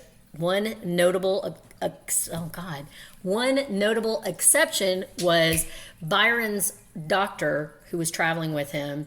Dr. Polidori wrote... Because you have to have a doctor when you're sticking it in that. Exactly. You know what I'm saying? Right. Well, the doctor may have been one of them holes. You got to travel with one. Honestly, the doctor may have been one of them Just holes. saying, you got to keep it correct. He was getting frustrated. By that point, he was getting really annoyed with Byron, as people tended to do. He did write what ended up being the prototypical vampire character before Dracula, and Dracula was kind of based on... Based on that, right? That's Lord right. Ruthven, yes, who was based on Byron. Oh. Yeah. And so Dr. Polidori also wrote his story about the time, which was very successful, but nothing like Frankenstein. Frosty. Yeah. Not like Frankenstein. Frankenstein was literally a game changer. So Mary writes the story. Yes. In 1816, in the summer of 1816. It's published in 1818, anonymously. Yeah. Which I find really tragic. Like, I do. I guess we need to get into Frankenstein a little bit and why it was so strange, and why I think, and why maybe you think, like, why has it had such a lasting effect, even though we've both admitted that we find the writing itself to be pretty clunky. Like, one of the things I thought was funny is that she really doesn't go into how he becomes animated right. in the book. Oh, at all. She just Glosses yada right over yadas. that. Yeah, she definitely yada She yadas. just yada yada. There is no think- like lightning that comes down. No, there's nothing. Like, that's all left to... just Igor's your not even in imagination. there. No. There's no Igor. I think it has such a lasting effect because it is such a commentary on humanity. Yeah, a lot of lessons for today. Right. I think it is a commentary on how we treat each other and our ability to be kind, or the lack thereof. Yeah, I think I have a theory. So by this point, Mary had a couple of miscarriages. She'd had one child that lived barely a week. She's pregnant again. I also read that she had eczema when she was a child, Yeah. which wasn't really known as a thing back then. But Yeah, like, I was shocked by that too. disfiguring and maybe caused her some Yeah, I was interested. social discomfort. I thought that was strange. I didn't even know that eczema. I mean, I knew eczema had to exist, but I didn't even know they had, because they had sent her away. They thought her health might Right, they improve. called her sickly. Yeah. Anyway. At any rate, the story of Frankenstein is about Victor Frankenstein. He's a feckless young man who kind of comes from a little bit of money. He's obsessed with the idea of knowledge over everything. Knowledge is more important than ethics or morals or any of that. He sees all of that as kind of bourgeois. He believes that the only point of knowledge is knowledge itself, and that he ever wants to be seeking.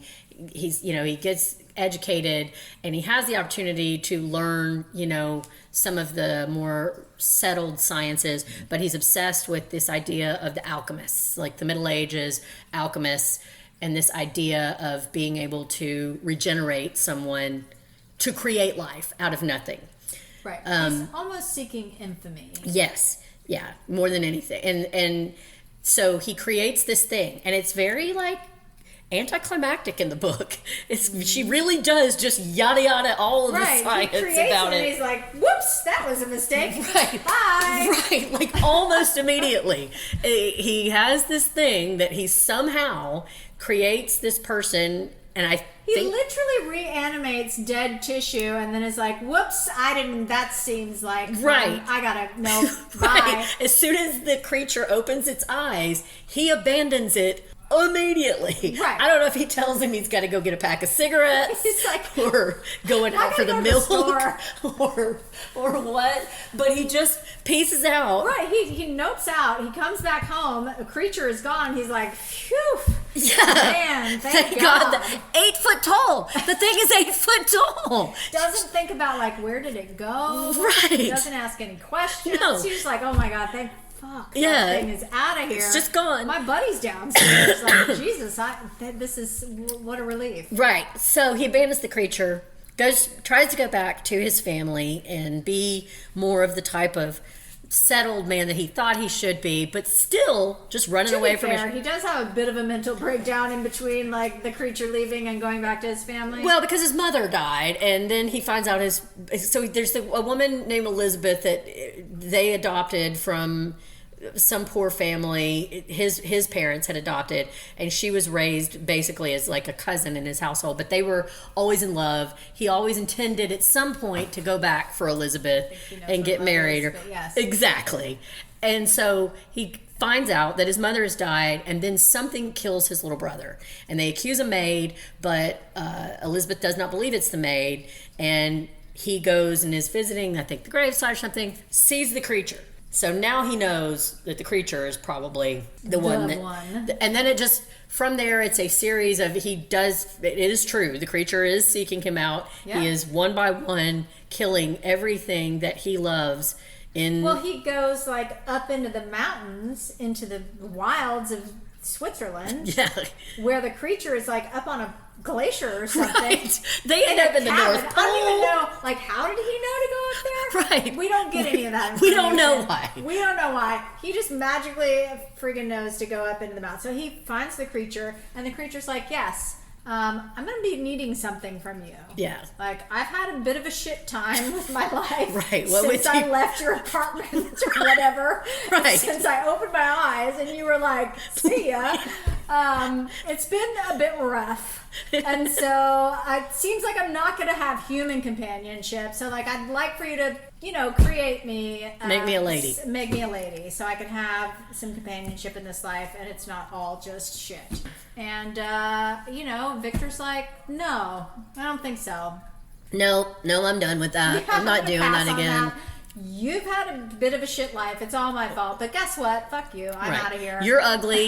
Your eyes are yellow. You're a little unfortunate. Yeah. Your eyes are yellow. I don't want to look. Your lips are black. Yeah. Like, we're not the same. Right. So he doesn't, and then the monster. And then he goes and kills everybody that he loves. Yeah, the creature. But he's a tragic figure. And at the end, she gives him this soliloquy where he explains, like, he's a vegetarian. The creature's a vegetarian. He's really a good dude. Yeah, he just, other than, murdering children. People, but whatever. We all have our breaking points, can't we? Murdering a 3-year-old, suffocating a woman, whatever. God. But framing people. Like, you do what you have to do. Right. He had it's fine, but he had a great soliloquy. Yeah, he has a great soliloquy where he explains that all he ever wanted was love. All he ever wanted was care and affection and acceptance. And if he wasn't going to have that, then he just was going to destroy everything. He was going to burn it down. And then he just floats away on a glacier. Right. Bye. Right. Exit stage left. And that's it. So, that's the story of Frankenstein in the book. So tragic. I have a theory. I think Victor Frankenstein is Percy Shelley. Oh, maybe 100%. He's an amalgamation of a lot of men in her life by that point. I think so. But I think that the story, I think she is the creature in her mind in many ways. She and other people who are the victims of feckless men and in this world are the creature. Their quest for notoriety and I think accomplishment. I think she had already started to become exhausted with Percy, his mood swings. He probably, it sounds like from the way they describe him that he probably had like bipolar disorder or something, because I mean literally many times throughout his life he would just randomly accuse people of physically attacking him. He would have hallucinations. He would have breakdowns, and he absolutely refused to be responsible in any kind of relationship to or anyone. Like, it wasn't just his children and just his wife. It was everybody. I mean, anybody that made demands of Percy that Percy didn't want to answer, he just skated and he was gone. Right. And I think that she was already exhausted of that. By that point, I think she was starting to become very tired. At 18. 18. Jesus. She'd already Christ. had one miscarriage, a child that died at like 3 days or 10 days old, and I think she was pregnant with this one that she ended up having another miscarriage. Yeah.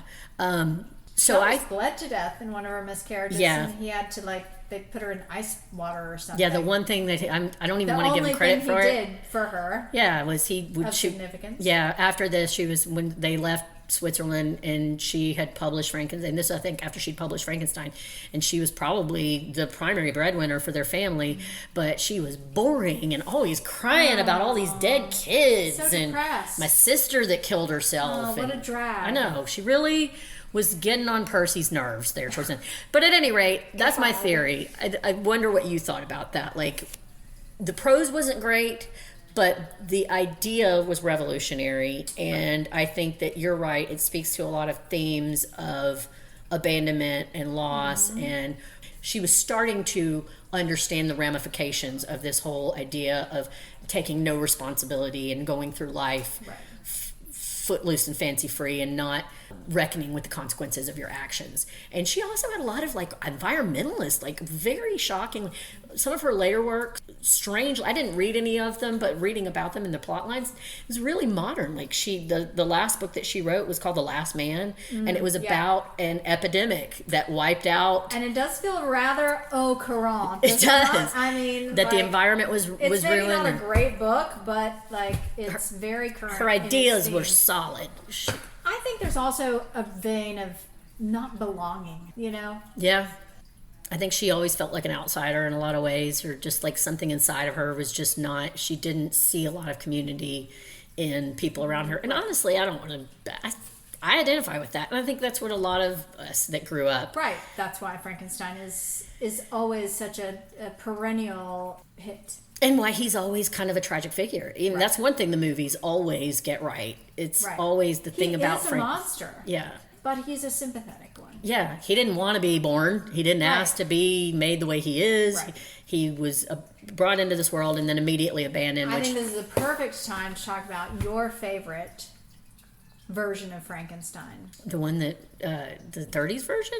I don't know. I'm what asking is you, mine? What is your Okay. favorite version of Frankenstein? It's the old black and white. I Is watch it? them pretty often. They're absolutely silly. I mean, they're not scary really in any way, shape, or not to a modern person. But the 30s versions, and I actually like the Bride of Frankenstein better. Elsa Lancaster played Mary Shelley in the very beginning, and I think she actually, and she plays the bride at the end as well. She was a big British actress at the time, usually played like smaller character roles, but she was great. And she has this really kind of modern, it's completely invented. The Bride of Frankenstein period was invented. Obviously, like I said, Victor refused to do the one cool thing he could have done and helped a brother out there. Right. The only woman he was, if that was based on Shelley, the only woman he wouldn't have been interested in. That's probably why he didn't want to make her, because he would have ran off with her too. Right. But at any rate, she has this great speech at the beginning of The Bride of Frankenstein, the movie, where it's basically like everything we've just talked about, how she was sick of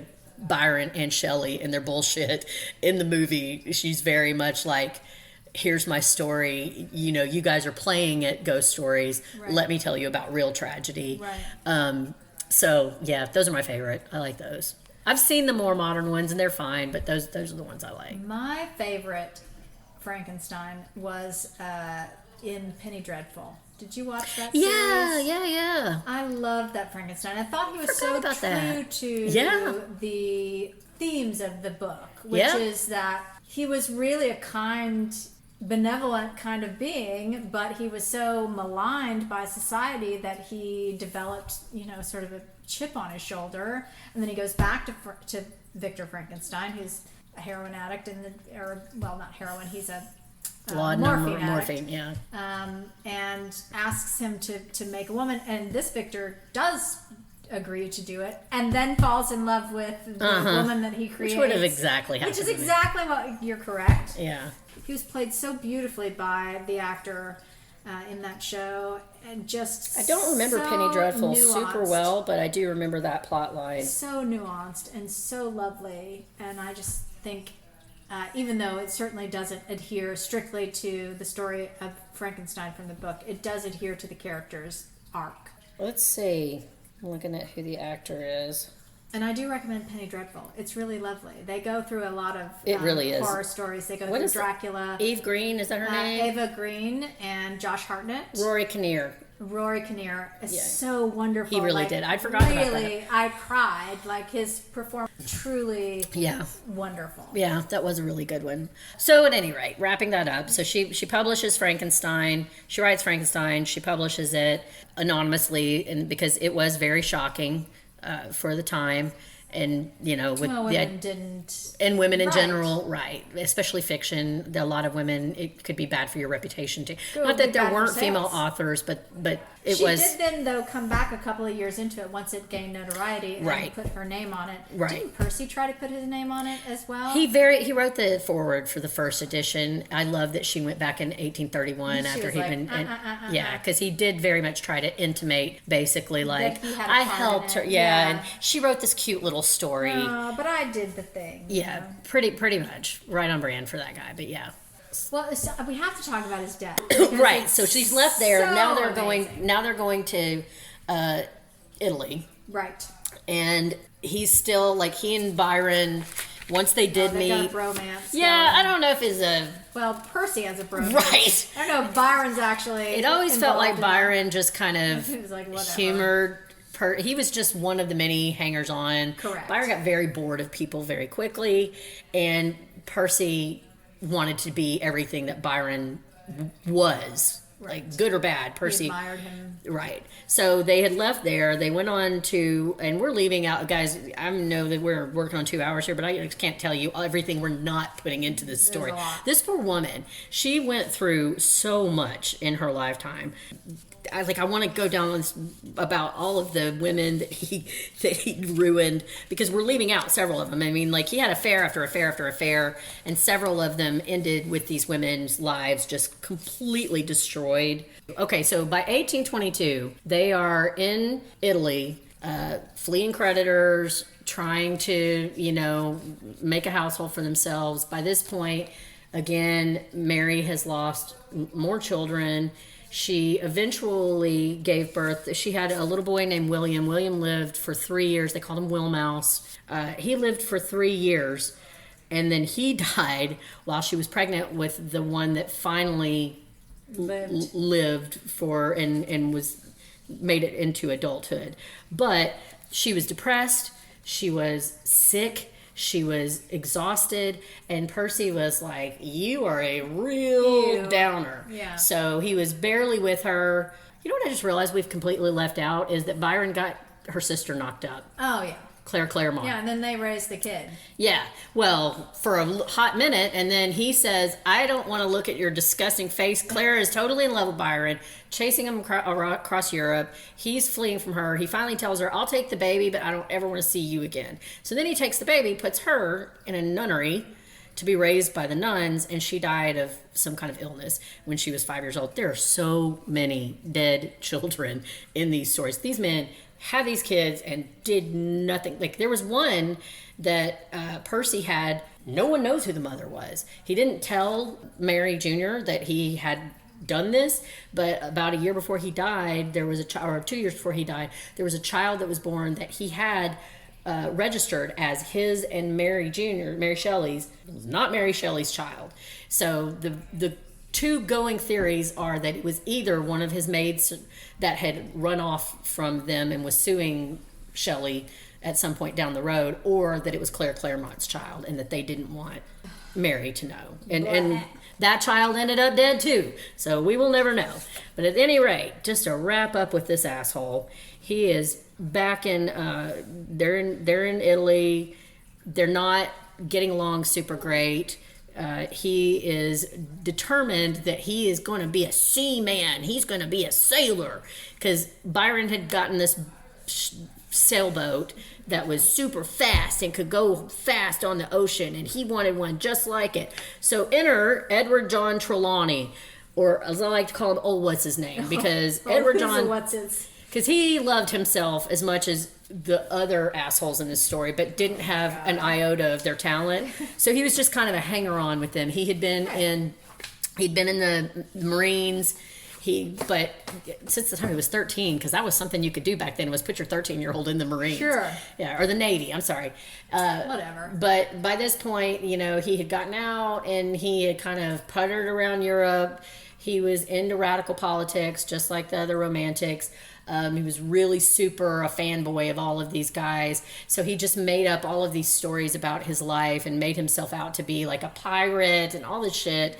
And Byron and Shelley just ate that shit up. So they were running around with this guy a lot. He helps him, Shelley, to create a sailboat. Now I need to clarify here. Shelley couldn't swim. He could not swim and he wanted to be a sailor man. So Edward Trelawney helps him get this boat made that everybody and their mama tells Shelley is not seaworthy.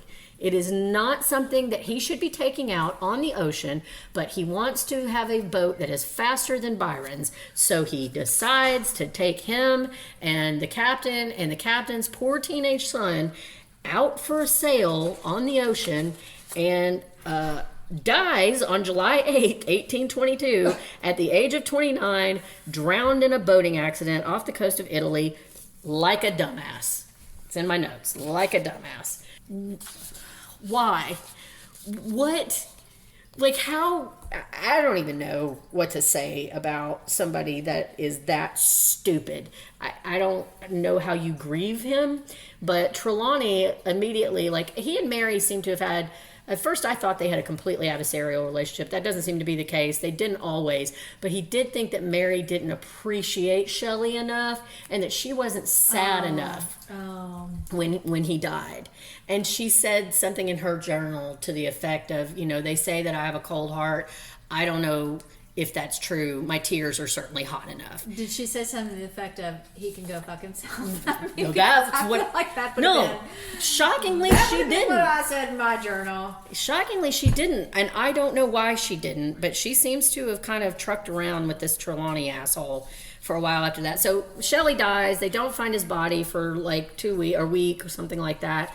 And there were a lot of illnesses. There were pandemics going around at the time. So specifically in that particular part of Italy, there was some sort of illness going around that required that bodies be immediately burned. So he had to have a funeral pyre on. This is like, and it pisses me off because it feels like the funeral that Shelley would have wanted. Oh, right. Just so dramatic. So dramatic, all of that. So they drag the body to the ocean. They set it on fire. Trelawney, once the body is charred, he pulls out what he believes to be Shelley's heart. It's actually... Quote, unquote. Right. There's some debate about that. It could have been his liver. Spleen. I think I heard. Yeah, they don't know, but he claimed it was his heart.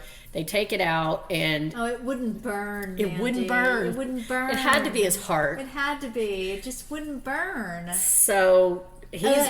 Right. So he's dead. And Mary now has to support their child, Percy Jr.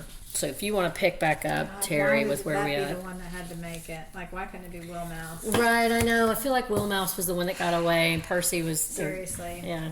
Percy Jr. Percy Florence was just the also ran there. Well, in addition to Frankenstein, she did write several other novels, including Valperga in 1823, The Last Man in 1826, which is an apocalyptic story that is very... I'm going to read that one. It actually seems... Yeah. Some stuff for today. And then Lodore in 1836, no clue. And Faulkner in 1837. I don't know anything about those two. Well, I know a little bit. Those two seem to be where critics think that she really started to kind of hit her stride as far as advocating for strong female heroines. Like in the Frankenstein, all of the women are they're barely on page, and when they are, they're incredibly passive. So for somebody who was such a feminist, it was a very strange thing, but I think it just was, there was no tradition of having women having strong, right. And so she kind of invents that as she goes along.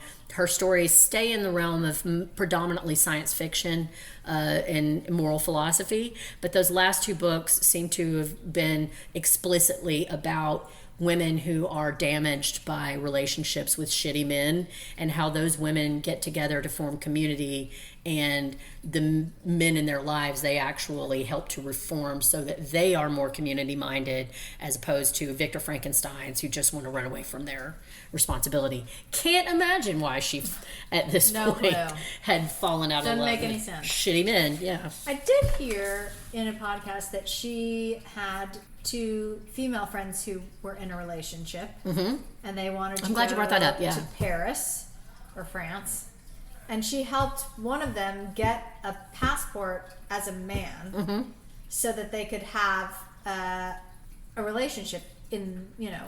The out loud. one of the women had become pregnant out of wedlock, and the father had abandoned her, and she had a female friend that loved her very dearly, and they seem to have been in a relationship.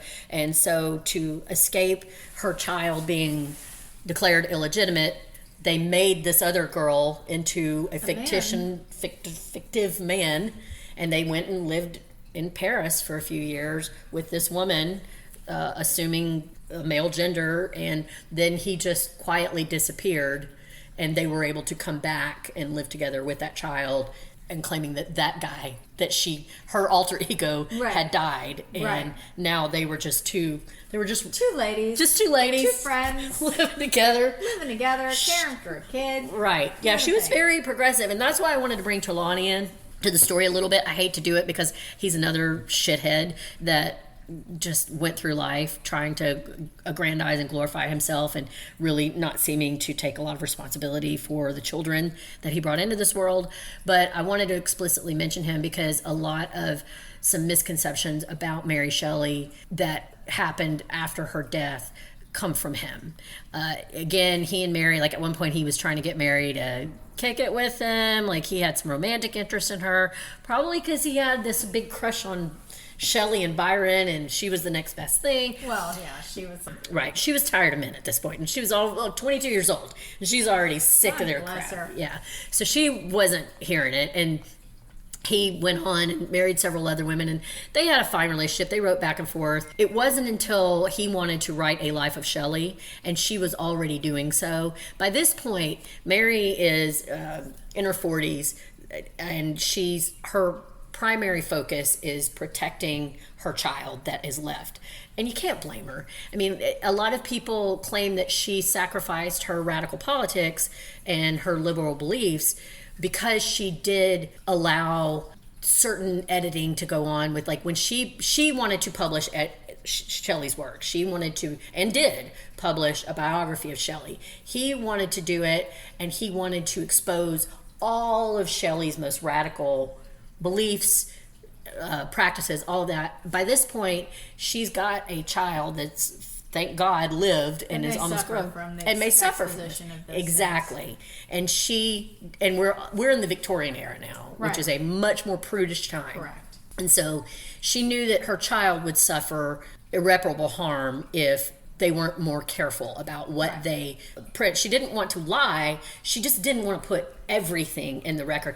Not the least of which reason that Shelley's father was actually helping her financially with his grandson from time to time. But it was tough. Like, he wanted her to turn over custody of her child. Right. And she had to buck against everything that was ingrained in women at the time, to go and hire a lawyer and say, no, you're not taking my kid away from me. And they were able to work it out, but it was with the agreement that she was not going to expose most of Percy's most scandalous secrets. Well, and just to say how different the times were when her child became an adult, he ended up burning the letters of his grandmother, Mary Jr.'s mom, Mary Sr.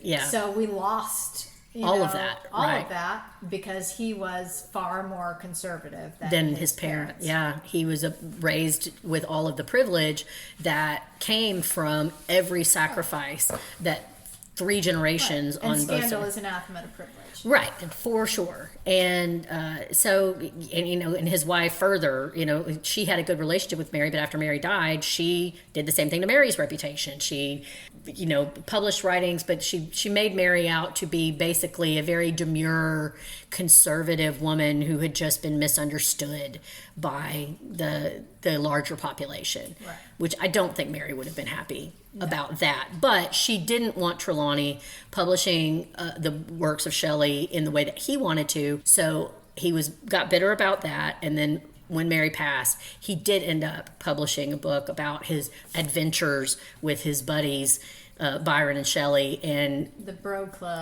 Club, and really did a number on Mary's reputation, claiming that she was a sellout and that she was a hypocrite and that she didn't really believe in the things that her husband had espoused, which is bullshit. I think she had a much firmer grasp on why it was important for humanity to move into a more kind, compassionate, humanitarian era. It's so tragic. Two women, her and her mother, both of their legacies were put into tatters by the men in their lives. The men that they propped up their entire lives. They couldn't have done shit without them. Yeah, it's incredibly infuriating and unjust. But so there we are. Here we are. So she died of a brain tumor February 1st of 1851 at the age of 53. So this is prior to the Civil War. Yeah. I mean, all of this craziness, truthfully, and like some of it would be scandalous today. Yeah. And this was all before the Civil War in the United States. All before the Civil War in the United States, which is it's just something to think about. Yeah. At the age of 53, which is, yes, indeed, a year older than me right now. Buried at St. Peter's Church in Bournemouth alongside her mother, father, and husband. Over time, her reputation has grown. She's now celebrated not only as the author of Frankenstein, but also as a pioneering figure in the development of science fiction and as a significant voice in the 19th century literature, which I don't think you could argue in any way, shape, or form. No, still today, like I said, looking into it today, I found out that Frankenstein still sells something like 40,000 copies a year. We apparently are in the minority thinking that the prose was pretty clunky and right. all of that. What I love the most about her, as we draw that veil back again, is I love that she survived all of it. And not just survived, but was able to take this just mountain of tragedy and actually create a comfortable, safe existence for the one child that she had that lived, while she continued to navigate this world where she had to be very careful about what she wrote and published. But unlike what jackass Trelawney said, her later works absolutely were, they were avant-garde in promoting the liberal ideas that she had espoused her entire life. I think she was tired of men very early on, but she had learned what the lesson that I was trying to say I think she would have learned if her mother had lived before and she met Shelley, which is that it's not about the romanticism of it all. It's actually almost never very romantic. It's about decency and kindness and the survival of our species and what is best for humanity. She kept that close to her entire life, and even though everything in the world tried to beat it out of her, she was the last man standing. And the amount of strength that it took, one of the tragedies that she lived through might have taken me out. I can't imagine going through everything that she did and still being able to survive into an age and be respected. Like, she finessed it so well that she was able to hold on to her principles but still die being respected as this woman. Like you said, it's like so shocking for that time that she would write a book like this, but people mourned her. The public, she was very famous. When she passed, they were already putting on productions of Frankenstein in theaters well before she passed. Well, they're about to come up with another one. Yeah, there's definitely another. I very much want to see. I love Guillermo del Toro. Yeah. Oh, yeah, that one does look really, really good. I can't wait to see that. Yeah, she had the misfortune of knowing quite a few tiresome men. Yeah. So as we wrap up here, I guess that's what we'll wrap up on. Is I have a couple who's the shittiest man in this story? Is it Byron? Is it Shelley? It's hard to pick. Is it Gilbert Imlay? I don't know. It's hard to choose. I don't think it's Gilbert Imlay. I don't know that it's not. Because we just don't know how many other women he was able to impact with his bullshit. So, well, I read up on him several.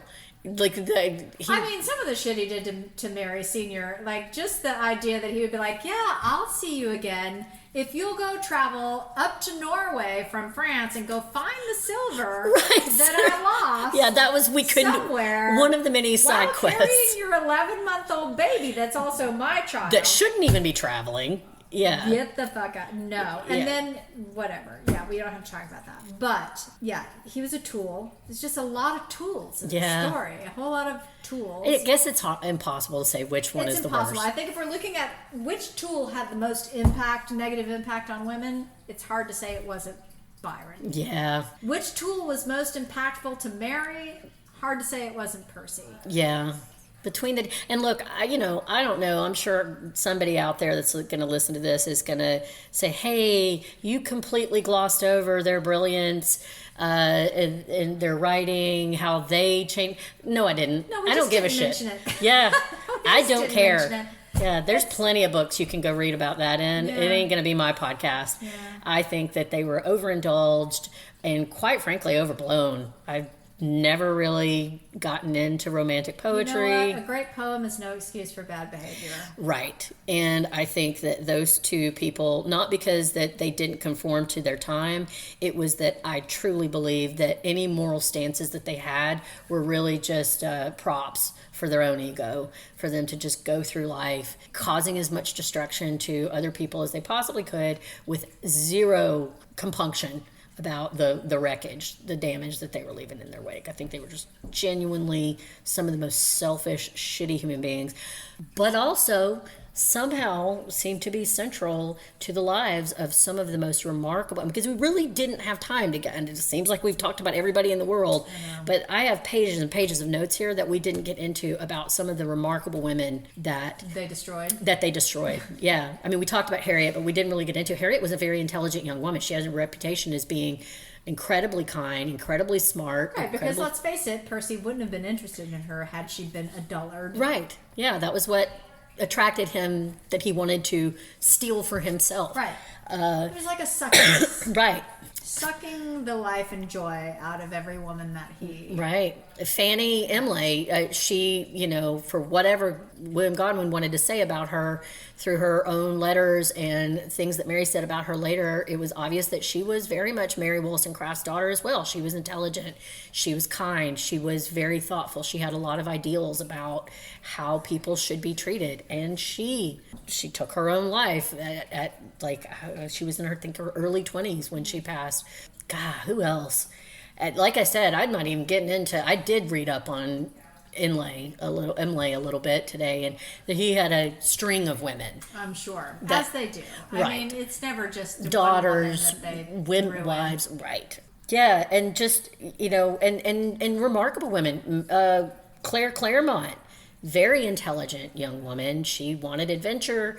She wanted, to do all of these things, but she ran into Byron, and he love bombed. Man. Right, and she was a child, and he love bombed her, and made her the center of his world for 15 minutes, and then literally drove her, dumped her like trash. Yeah, and then Percy, taking advantage of her. Just so many different women that had they not been in that time and in that situation, could have done so much more and had so much more. And it's really, really sad. But yeah, I guess if we're going to say they're the shitheads, who's the hero? It's Mary. She's the one that made it through. Like I said, she was the last man standing for everything that she went through. She really did have something of a triumph in the end, even if it was just the fact that she was able to grab more success than either one of her parents did and actually make a living as a publishing author through most of her life. So there we are. That's the story of Mary Shelley and Frankenstein and how we got that story and all kinds of crappy men. Our main sources for this episode are Mary Shelley, A Very Short Introduction by Charlotte Gordon. It's not that short. It's a 4-hour listen if you listen to it on tape. But it was very informative, and it was really good. And completely understand why she called it very short, because we just spent 2 hours and I feel like I could do 6 more and not run out of stuff. As I said, my favorite source so far for this episode was In Defense of Harriet Shelley and Other Essays by Mark Twain, the History Extra podcast from March 19th, 2024, entitled Mary Wollstonecraft, Life of the Week, the JSTOR.org article by Bess Lovejoy from October 9th, 2018, entitled Mary Shelley's Obsession with the Cemetery. It's kind of a hot read. A riveting read. Yes. And a big shout out to Wikipedia and Encyclopedia Britannica. As always, I really need to throw them a couple of bucks because I definitely use them for fleshing out some of the data that I gathered about these guys. Is there anything else you want to say about Mary? I don't know. I'm impressed. Like, I don't think I ever really thought about her much, but that's a shame. No. Because I feel like young girls would benefit from knowing her story. And her mother.